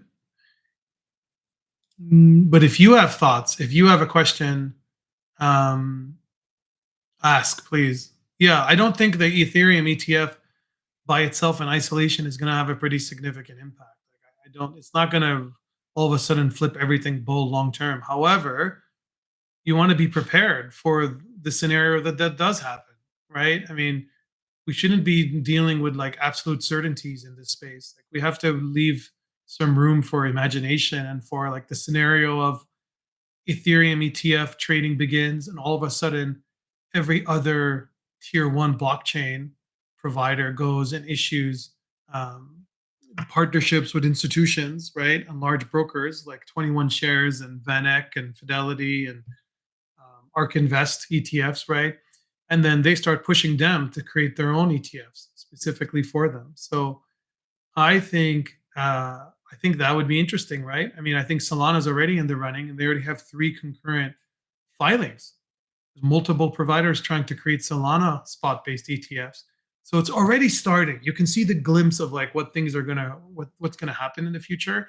I see Litecoin also pursuing that route. I see Dogecoin pursuing that route. Those are all sufficiently decentralized tier one blockchains. Um, so to me, the writing is on the wall that absolutely long term, there's nothing to be bearish about, like in terms of that. But I'm not going to make like a, you know, I still think the Ethereum ETF trading, you might have like a short term pullback, like we did with Bitcoin, and that's what we predicted, and that's what happened. But when it comes to Ethereum ETF, absolutely, we could that could trigger like maybe that triggers the meme coin like rally that I was expecting, right? I think I would be disappointed if at the end of August we haven't had like a little bit of a mini meme coin rally. I'd feel disappointed because I was operating under that assumption, you know. But I'm still positioned um, in cash to an extent, and I have some capital that I want to be able to deploy. So uh, yeah, so that's what I'm thinking. So okay, so let's look at Netmind. So but what was the question to look at Netmind as a project? Yeah. So I'll just show you what my thoughts on it. So when you look at Netmind, I had some concerns about NetMind. That was the problem, was that they don't I remember they don't talk about the coin on their main site. They created a separate site with a separate, yeah. So now they created it as a separate page, but initially they used to have it as an actual separate standalone domain, which was weird to me. I found that strange. And I mentioned that to the team as well. I said, this is weird. But then they fixed it. So I think it's fine. Um, but yeah, I think it's a good project. I like Netmind. I just I don't like these coins that are already like 100 million market cap. Like a fully diluted valuation is already at half a billion. These coins just don't particularly interest me, because of how high they were valued. Like, this is not the true price history. It didn't go. I don't. Let me look at. Um, Let me look at Coin Market Cap. Like, let's see what its price history was. Was it really? Did it really only get tokenized back in February? It did. See, but here it shows $2.8, and it went up to $16. And now we're hitting a back to its low here. So where's it trading? It's only trading primarily on chain, except for Bitmart, which is like a tier 3, tier 4 exchange. And then on BitMax, which is the same. CoinX, it's fine. SuperX, yeah. I mean, this is strange to me. How could it be valued at half a billion and it's not even listed on Bybit, BitGet, Bitstamp, Kraken, Coinbase, Binance? It's odd. It's just it's overvalued to me. Fundamentally, I already have this project. Like, I already have it listed somewhere. I've already looked at this. I like the project. I mean, I definitely like the project. I just don't like its high valuation. That's all. I don't personally like its high valuation. I mean, look at it, but it is down 76%. So it just doesn't interest me personally at like half a billion. But if you have any questions about the project itself in any way, of course, I mean, I'm more than happy to look at it. Okay. So pretty decent sized bag here, and seems to be one of the more solid AI projects. Yeah, if you already have a decent sized bag here, I don't think I would be looking to sell at this point, unless you're looking to need the money like very soon. Then if that's the case, then I would obviously be careful here, because if you're looking at this, you have to be very careful here. I mean, we've broken below every historical support that we've had. I mean, this is a 4-month-old coin, but still, I mean, there is no support left, man. This can just keep going down. This could easily go down to $2. There is no doubt in my mind that this can go down to $2. We've just literally broken below every low that we've had, except for on March 15th. So I would be concerned with this. This makes me nervous. And it's still valued at half a billion. It's still valued at half a billion, and it's down close to 80%. No bueno. I don't like. Can you cover Woo, both from a fundamental and technical analysis perspective? How do you see it doing going forward relative to other coins in the market? Are you bullish, or would you cut? I still have a decent bag. Yeah, I love Woo, man. I have a bag of Woo too. I mean, I'm like as bullish as possible about the exchange itself, but they've unfortunately, because I know the executive team, I know the leadership team. I've worked with them on different things. I've helped them as much as I could. They've never paid me, so like, try to make that clear always.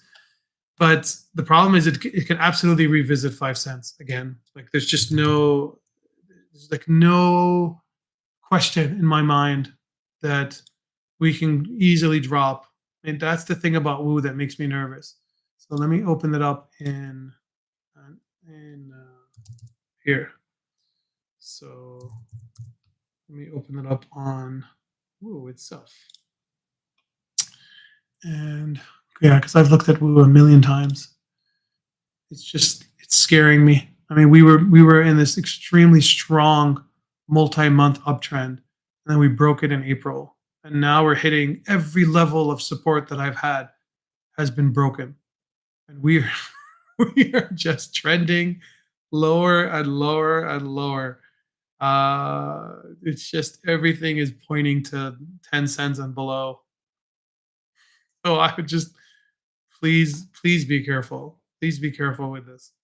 Um, just think about this. I mean, it went from above $2 to 10 cents without really having any type of sustained rally except for a multi-week relief dead cat bounce, and then it just continued its collapse. That's what it's doing right now. It went from 64 cents. Do you remember on Discord I wrote about that? I said you should be getting to like 40, 50 cents, and above that you're going to face a huge amount of resistance and you should take profit. I wrote that, and I looked at this for someone. I wonder if it's the same person. Scarcity. I don't know. I almost wonder if it is, because I said this is very likely going to reach this level of resistance, and yeah, there's going to be another time to buy it. And it was around this time, once it hit like 50 cents. I was like, it's probably going to go back down to like below 40, and it did. And it went now down to 30, and then went down to up to 60.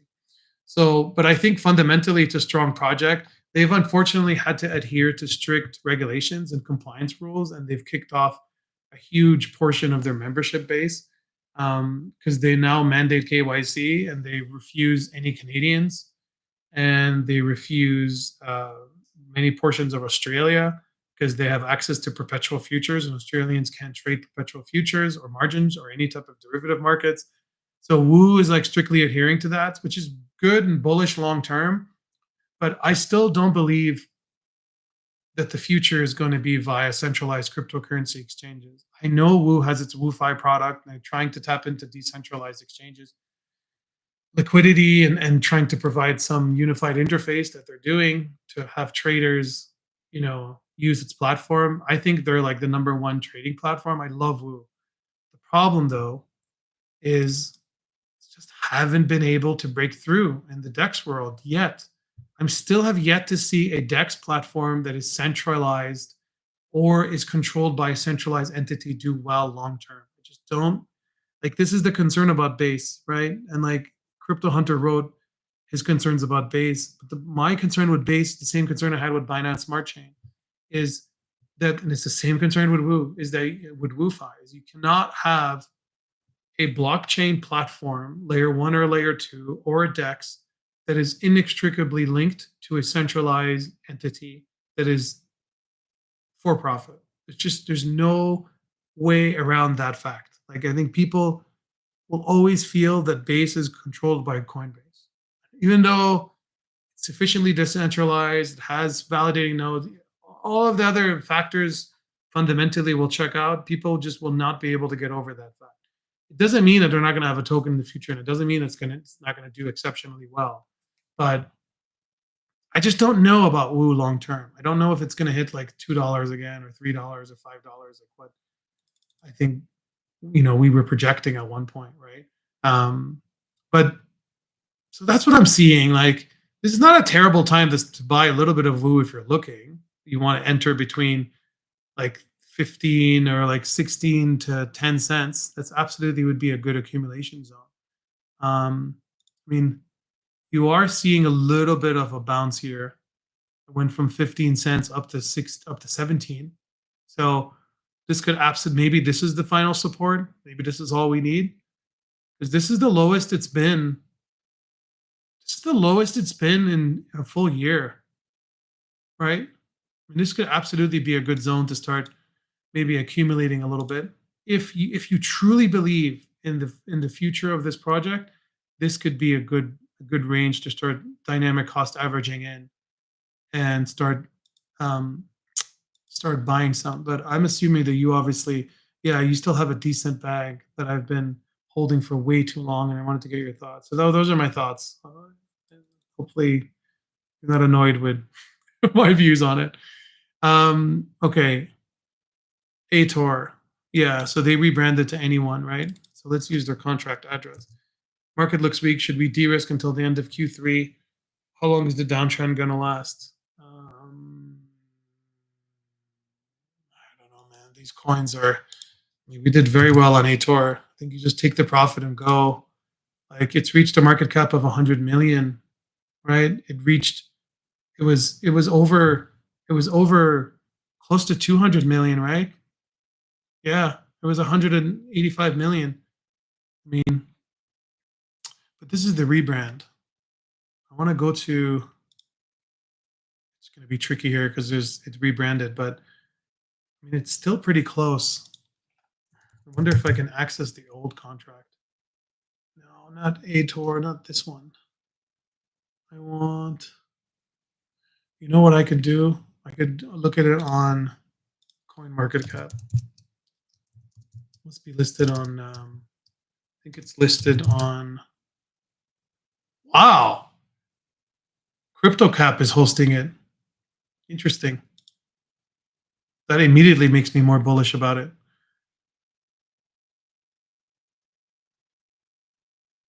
But this is prior to. This stopped on June 25th, right prior to the rebrand. So this has already gone down from 1.5 to 1.19, right? So let's write this down. And let's assume that the price went down to here. I mean, we're basically right at support here. Again, we broke below prior support. And then if I look at, and you can get a lot more sophisticated here with like what we're doing. I mean, I also look at RSI, I look at MACD, I look at some of the other Blockcircle indicators that we have. I think I have to increase. So I could also look at the momentum and yeah, interesting. I mean, the momentum is all the way at minus 170 and it bounced up. Definitely this could be, that would have been a good potential entry once it hit that level, minus 177, but it continued to decline. So this would definitely be a good time to see if we're going to be rejected at zero. I mean, that's typically what you want to look at when you're looking at a momentum indicator on the 1 day, especially on the 1 week. You want to be able to get back above zero and see whether or not it gets rejected or gets approved. Right now, went from 170 to minus 65. And if we can break above zero and momentum gets back up, then that would be great. But this is absolutely something that's interesting here. This is good. And I think the whole narrative around ATOR as a whole, right? And as a protocol and how it's focusing on the DPIN and the relay network and focusing on privacy centric based transmissions and the anonymity and privacy layer. I think those are all very good. We all know obviously the backstory of ATOR. It's good. I think it's a good project, but it's already valued at a good project. So I don't know, So I don't. Just depends. Depends. If you absolutely want to create a position, this would be not the worst. It just would not be a terrible decision to accumulate some in this range between $1 and 50 cents, between $1 and between 50 cents and $1. Right. This could absolutely be a good range to start buying, especially if we can hold this level. 50 cents with support if it breaks below $1. But it is bleeding, my friend. It is absolutely bleeding. And you have to be careful. This is like $1.19. Yeah. Those are my thoughts. Okay. I need to go now. Okay, brother. Yes, it's extremely late your time. We've been going strong here, multiple hours. I just want to make sure I promised everyone to I'll answer everybody's questions. So I'm not going to sleep until these questions are answered. Okay, we'll hold for now and reassess. Yes. If you have any more questions about Woo, just ask me, brother. I mean, I know a lot about Woo, so just ask me. Don't hesitate. So I've done this. Okay. What does need to happen that crypto gaming goes crazy? Is real adoption likely to happen when the games are really fun to play? When gamers be attracted by ownership of their in-game assets and currencies? How can those games be sustainable without being destroyed by bot? What I would do is I would go into the market analysis and I would search for what I wrote about games and take a minute to absorb all of the information I shared about the near blockchain and about the prevalence of layer two blockchains in the gaming world and in the metaverse world. And so if you go from me and then type in near, you should be able to see a lot about games. So this is all my relationships of like near, but I wrote so much about games. Just need to find it. There's just so much. There's so much content. It's like overwhelming. Um, so much information. I think there. Yeah. Layer two plus competing blockchains Q&A. I wrote a lot about um, different blockchains that are hosting the majority of games. So one way you look at this is if you go to Diab Radar, it's just one example of a site that I like to use. And this, and if you click Explore DApps and then um, click Games, and then change it to 30 days, and then okay, so now take a look at this closely. So these are the unique active wallets in the last 30 days. These are the percentage of unique wallets growth. This is the cumulative volume being traded. And then this is the balance, right? So if you sort this, you'll see the other way. You'll see that Motodex, KGen, Boomland, Pixels, and Matrix are the top 5 highest ranked, most played games across multiple blockchains with close to 2 million each wallets being used, right?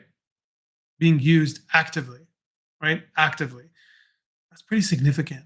And I would personally, Lucimoto, I would study these 5. I would go deep into these 5 and understand exactly what their gaming mechanics were, what the token economics were if they're being traded, and if you click them. So let's click these 5.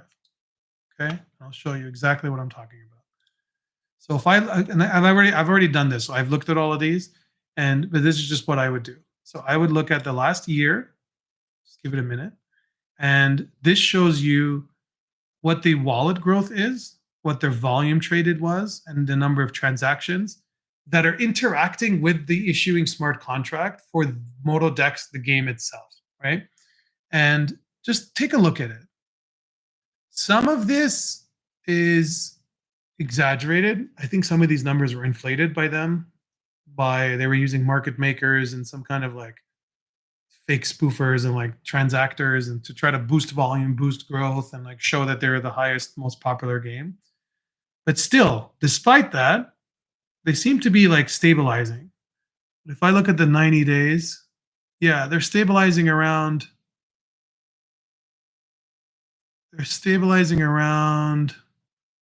what is it, like 70,000 wallets being used roughly every day. It's not bad. I mean, that's not bad for 90 days. But then it collapsed somehow. I don't know if that's a data error. That seems off. It seems like it's around 60,000. That's good. I mean, 60,000 unique wallets for a crypto game a day is impressive. I mean, it's nothing sophisticated. It's just a blockchain game. It's a motorcycle game. You should try it. It's fun. Um, I haven't played it more than like a few times, but definitely I would just study it and I would understand like how did it rise to prominence and what worked, and then look at the KGen. This one I have not looked at, but this is part of one of the investment narratives that I've been tracking and want to invest in, which is the data reputation one. And so building a proof of gamer engine, empowering gamers with data ownership and game publishers. So this is interesting too. So I would track the growth of this. This has been steadily inclining, steady increasing. Went from 63 users to, wow, 155,000. It's just odd that it goes from 150,000 all the way down to 9,000. It just seems odd. The number of gamers, how can it go from 150,000 to 5,000? Or 9,000? Seems a little weird. But Yeah, I would study these. I would also look at, if you go back to the rankings and then look at, there's a view that allows you to be able to see chain trends. So you can see which chain is being used the most often, and you can see DApp transactions by chain, right? And you can see what's clearly number one is like Solana, followed by Wax, followed by Near, then followed by Oasis, right? But it's a weird decline actually in the last 2 days. Yeah, this one's increasing like crazy. Oasis. So that could be something else to look at. But overall, what are you noticing? You're noticing that it's generally up and trending to the right, right? It's clearly up and trending to the right. So if I look at the last 2 years, so 173 million were transacting on the Solana blockchain with different dApps. So this is including games and also non-games. And then now it's at 94. So we're down 50% with Solana. But if I'm looking at other blockchains like Near, this is what I was talking to you about with Near. So Near went from 550,000 to now 34 million, right? I mean, that's a 60x growth in terms of transactions. And then dApp's volume by chain. But if you look at it by chain, you can look at it by gaming, and then look at this. You can do the total UAW, do all, and then now you will see Wax is number one. Let's do the last 30 days.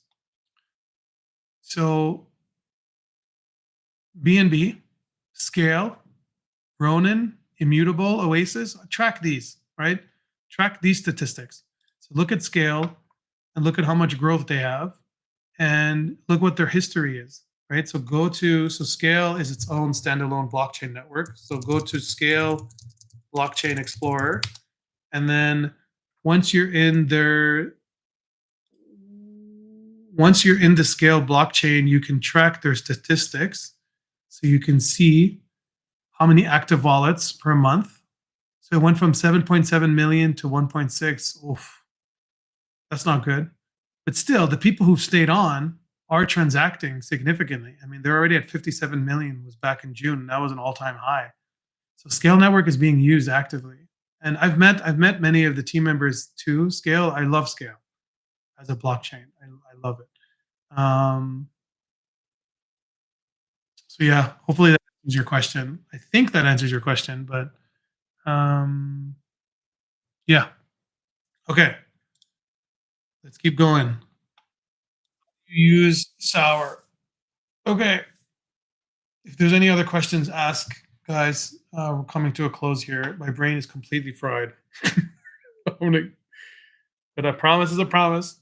I'm gonna keep going strong here to the end. Um, but if you do have other questions, just please post them.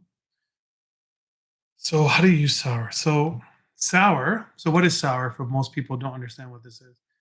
This is a way for you to farm for airdrops actively. So a big thing that I focus on is I farm for airdrops. And I try to experiment with applications as early as humanly possible because my intent is to secure the OG role in each project that is pre-tokenized. So let me give you a high level overview here. So one high level overview is if I go here. So one big thing that we've been working on is building out our alpha tools, and that includes the Alpha Hunter. So this Alpha Hunter tool is going to be like our main flagship. That's what I want to be able to have as like the branded flagship for Blockcircle beyond the alpha community that we're very proud of what we built and our trades. But the Alpha Hunter, we want to have it in 3 separate views. We want to be able to have everyone identify projects that are pre-tokenization. So in other words, projects that you're farming for airdrops. And then stage 2 is projects that are being newly tokenized. So like new tokenization. And then And then those are projects that are basically just been listed. You're trying to snipe. And then the third stage is identifying projects that have already been tokenized. And you want to identify profitable traders and whales that are trading those projects or entering those projects in mass, right? In bulk. So let's focus on pre-tokenization. So how do you do pre-tokenization? This is what we're building, is we want to build an alpha hunter for you to be able to use a table view where you can screen and you can identify which projects have not been tokenized yet, that are not yet trading on dexes, and that I have promised to do some airdrop in the future, and that they're offering reward points in exchange for you to interact with that blockchain app, right? That's the whole agreement that you make. So you can do that manually. That's the fastest and the most stable and the most reliable and the least risky way for sure. And you could also do it in using a more enterprise grade tool, and you can use robotics and automation, and like that's what I do. And then you could also use, and as part of that, you can use this, right? You can use Sower. So if you use Sower, you're basically you all you do is you need NFTs. You have to buy NFTs from every market that they offer. So I'll show you. So here, so go into their website. You have to buy a vector NFTs and also promised land NFTs.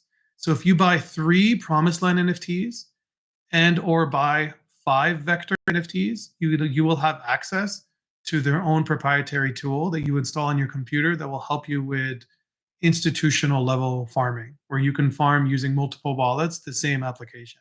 So an example is, so let me just show you. So, and I did that, and that's what I'm doing, right? So you go in, you buy the promised land NFT, and you need 3. So you need 3 of these. So it's like 0.6 Solana, which is not much. You're talking about like less than $100. Used to be a lot more expensive, but that's what it is now. And then the NFT markets, also trading on TensorTrade, is even cheaper, but you need 5 of them, right?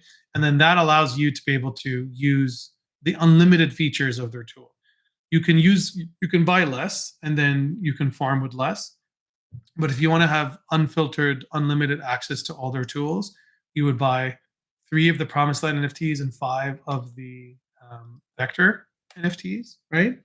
And if you don't know how to use this, I built like a whole NFT trading and investing lesson as part of the Blockcircle Learn course. So hopefully everyone has seen that. That is on learn.blockcircle.com.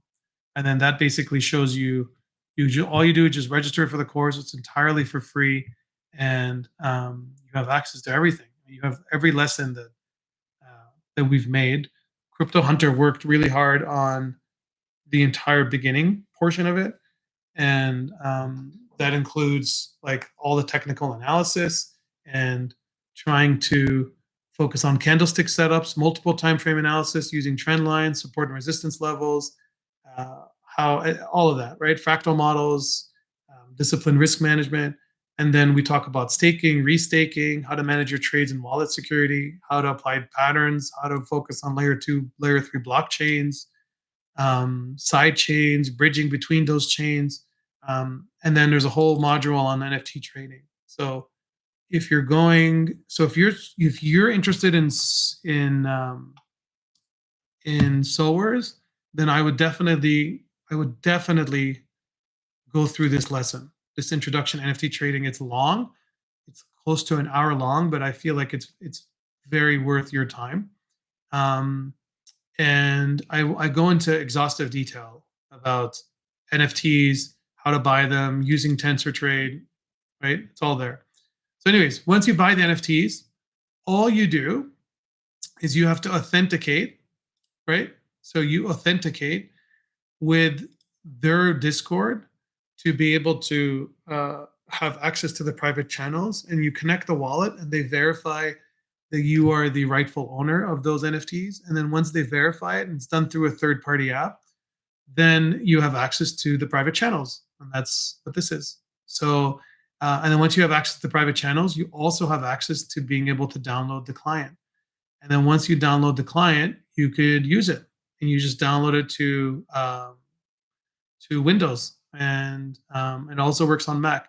And what the software does is it essentially facilitates and coordinates institutional level multi-wallet farming on your behalf. All you need to do is you fund the wallets, and then once you fund the wallets, it'll go and automatically programmatically trade on your behalf. And then when there is an airdrop in the future, then you become the recipient of that. So, and the goal is to do it as early as possible, because again, you want to get that OG roll, because sometimes the OG rolls, when you get airdrops, will give you 2, 3, 5, 10x higher rewards, you know? So, and then the guide just shows you what you need to do, but the guide is also helpful in knowing what protocols are focusing on the bridge. So an example. So Avo, right? That's one project. All you need to do is you first start. This is an example. I'm just showing you exactly what's required. Once you have the software installed, once you've authenticated the NFTs and you have access to everything, you go through each setup. So you say, I want to farm Avo. You deposit ETH and USDC, right? To Optimism or Arbitrum, depending on which one you want to use. Then deposit the USDC to Avo, go to the user settings, deposit Sol and USDC to your Sol wallet, and then you can start farming it. And then the same thing for Camino, right? Same thing for Backpack. Same thing for Sanctum. Hyperliquid. Hyperliquid is one I'm particularly bullish on long term. Um, it's quite a fast growing decentralized exchange that has perpetual futures on it. It has significant backers. It has really strong partners. It's a cool project. And then yeah, so that's how you use it. So that is enterprise grade farming. Hopefully that helps. All right, guys. I am completely fried. If there's any other questions, please ask. If there aren't, I think we'll call it a day. All right. Thank you so much. Appreciate it. I enjoyed it. That was fun.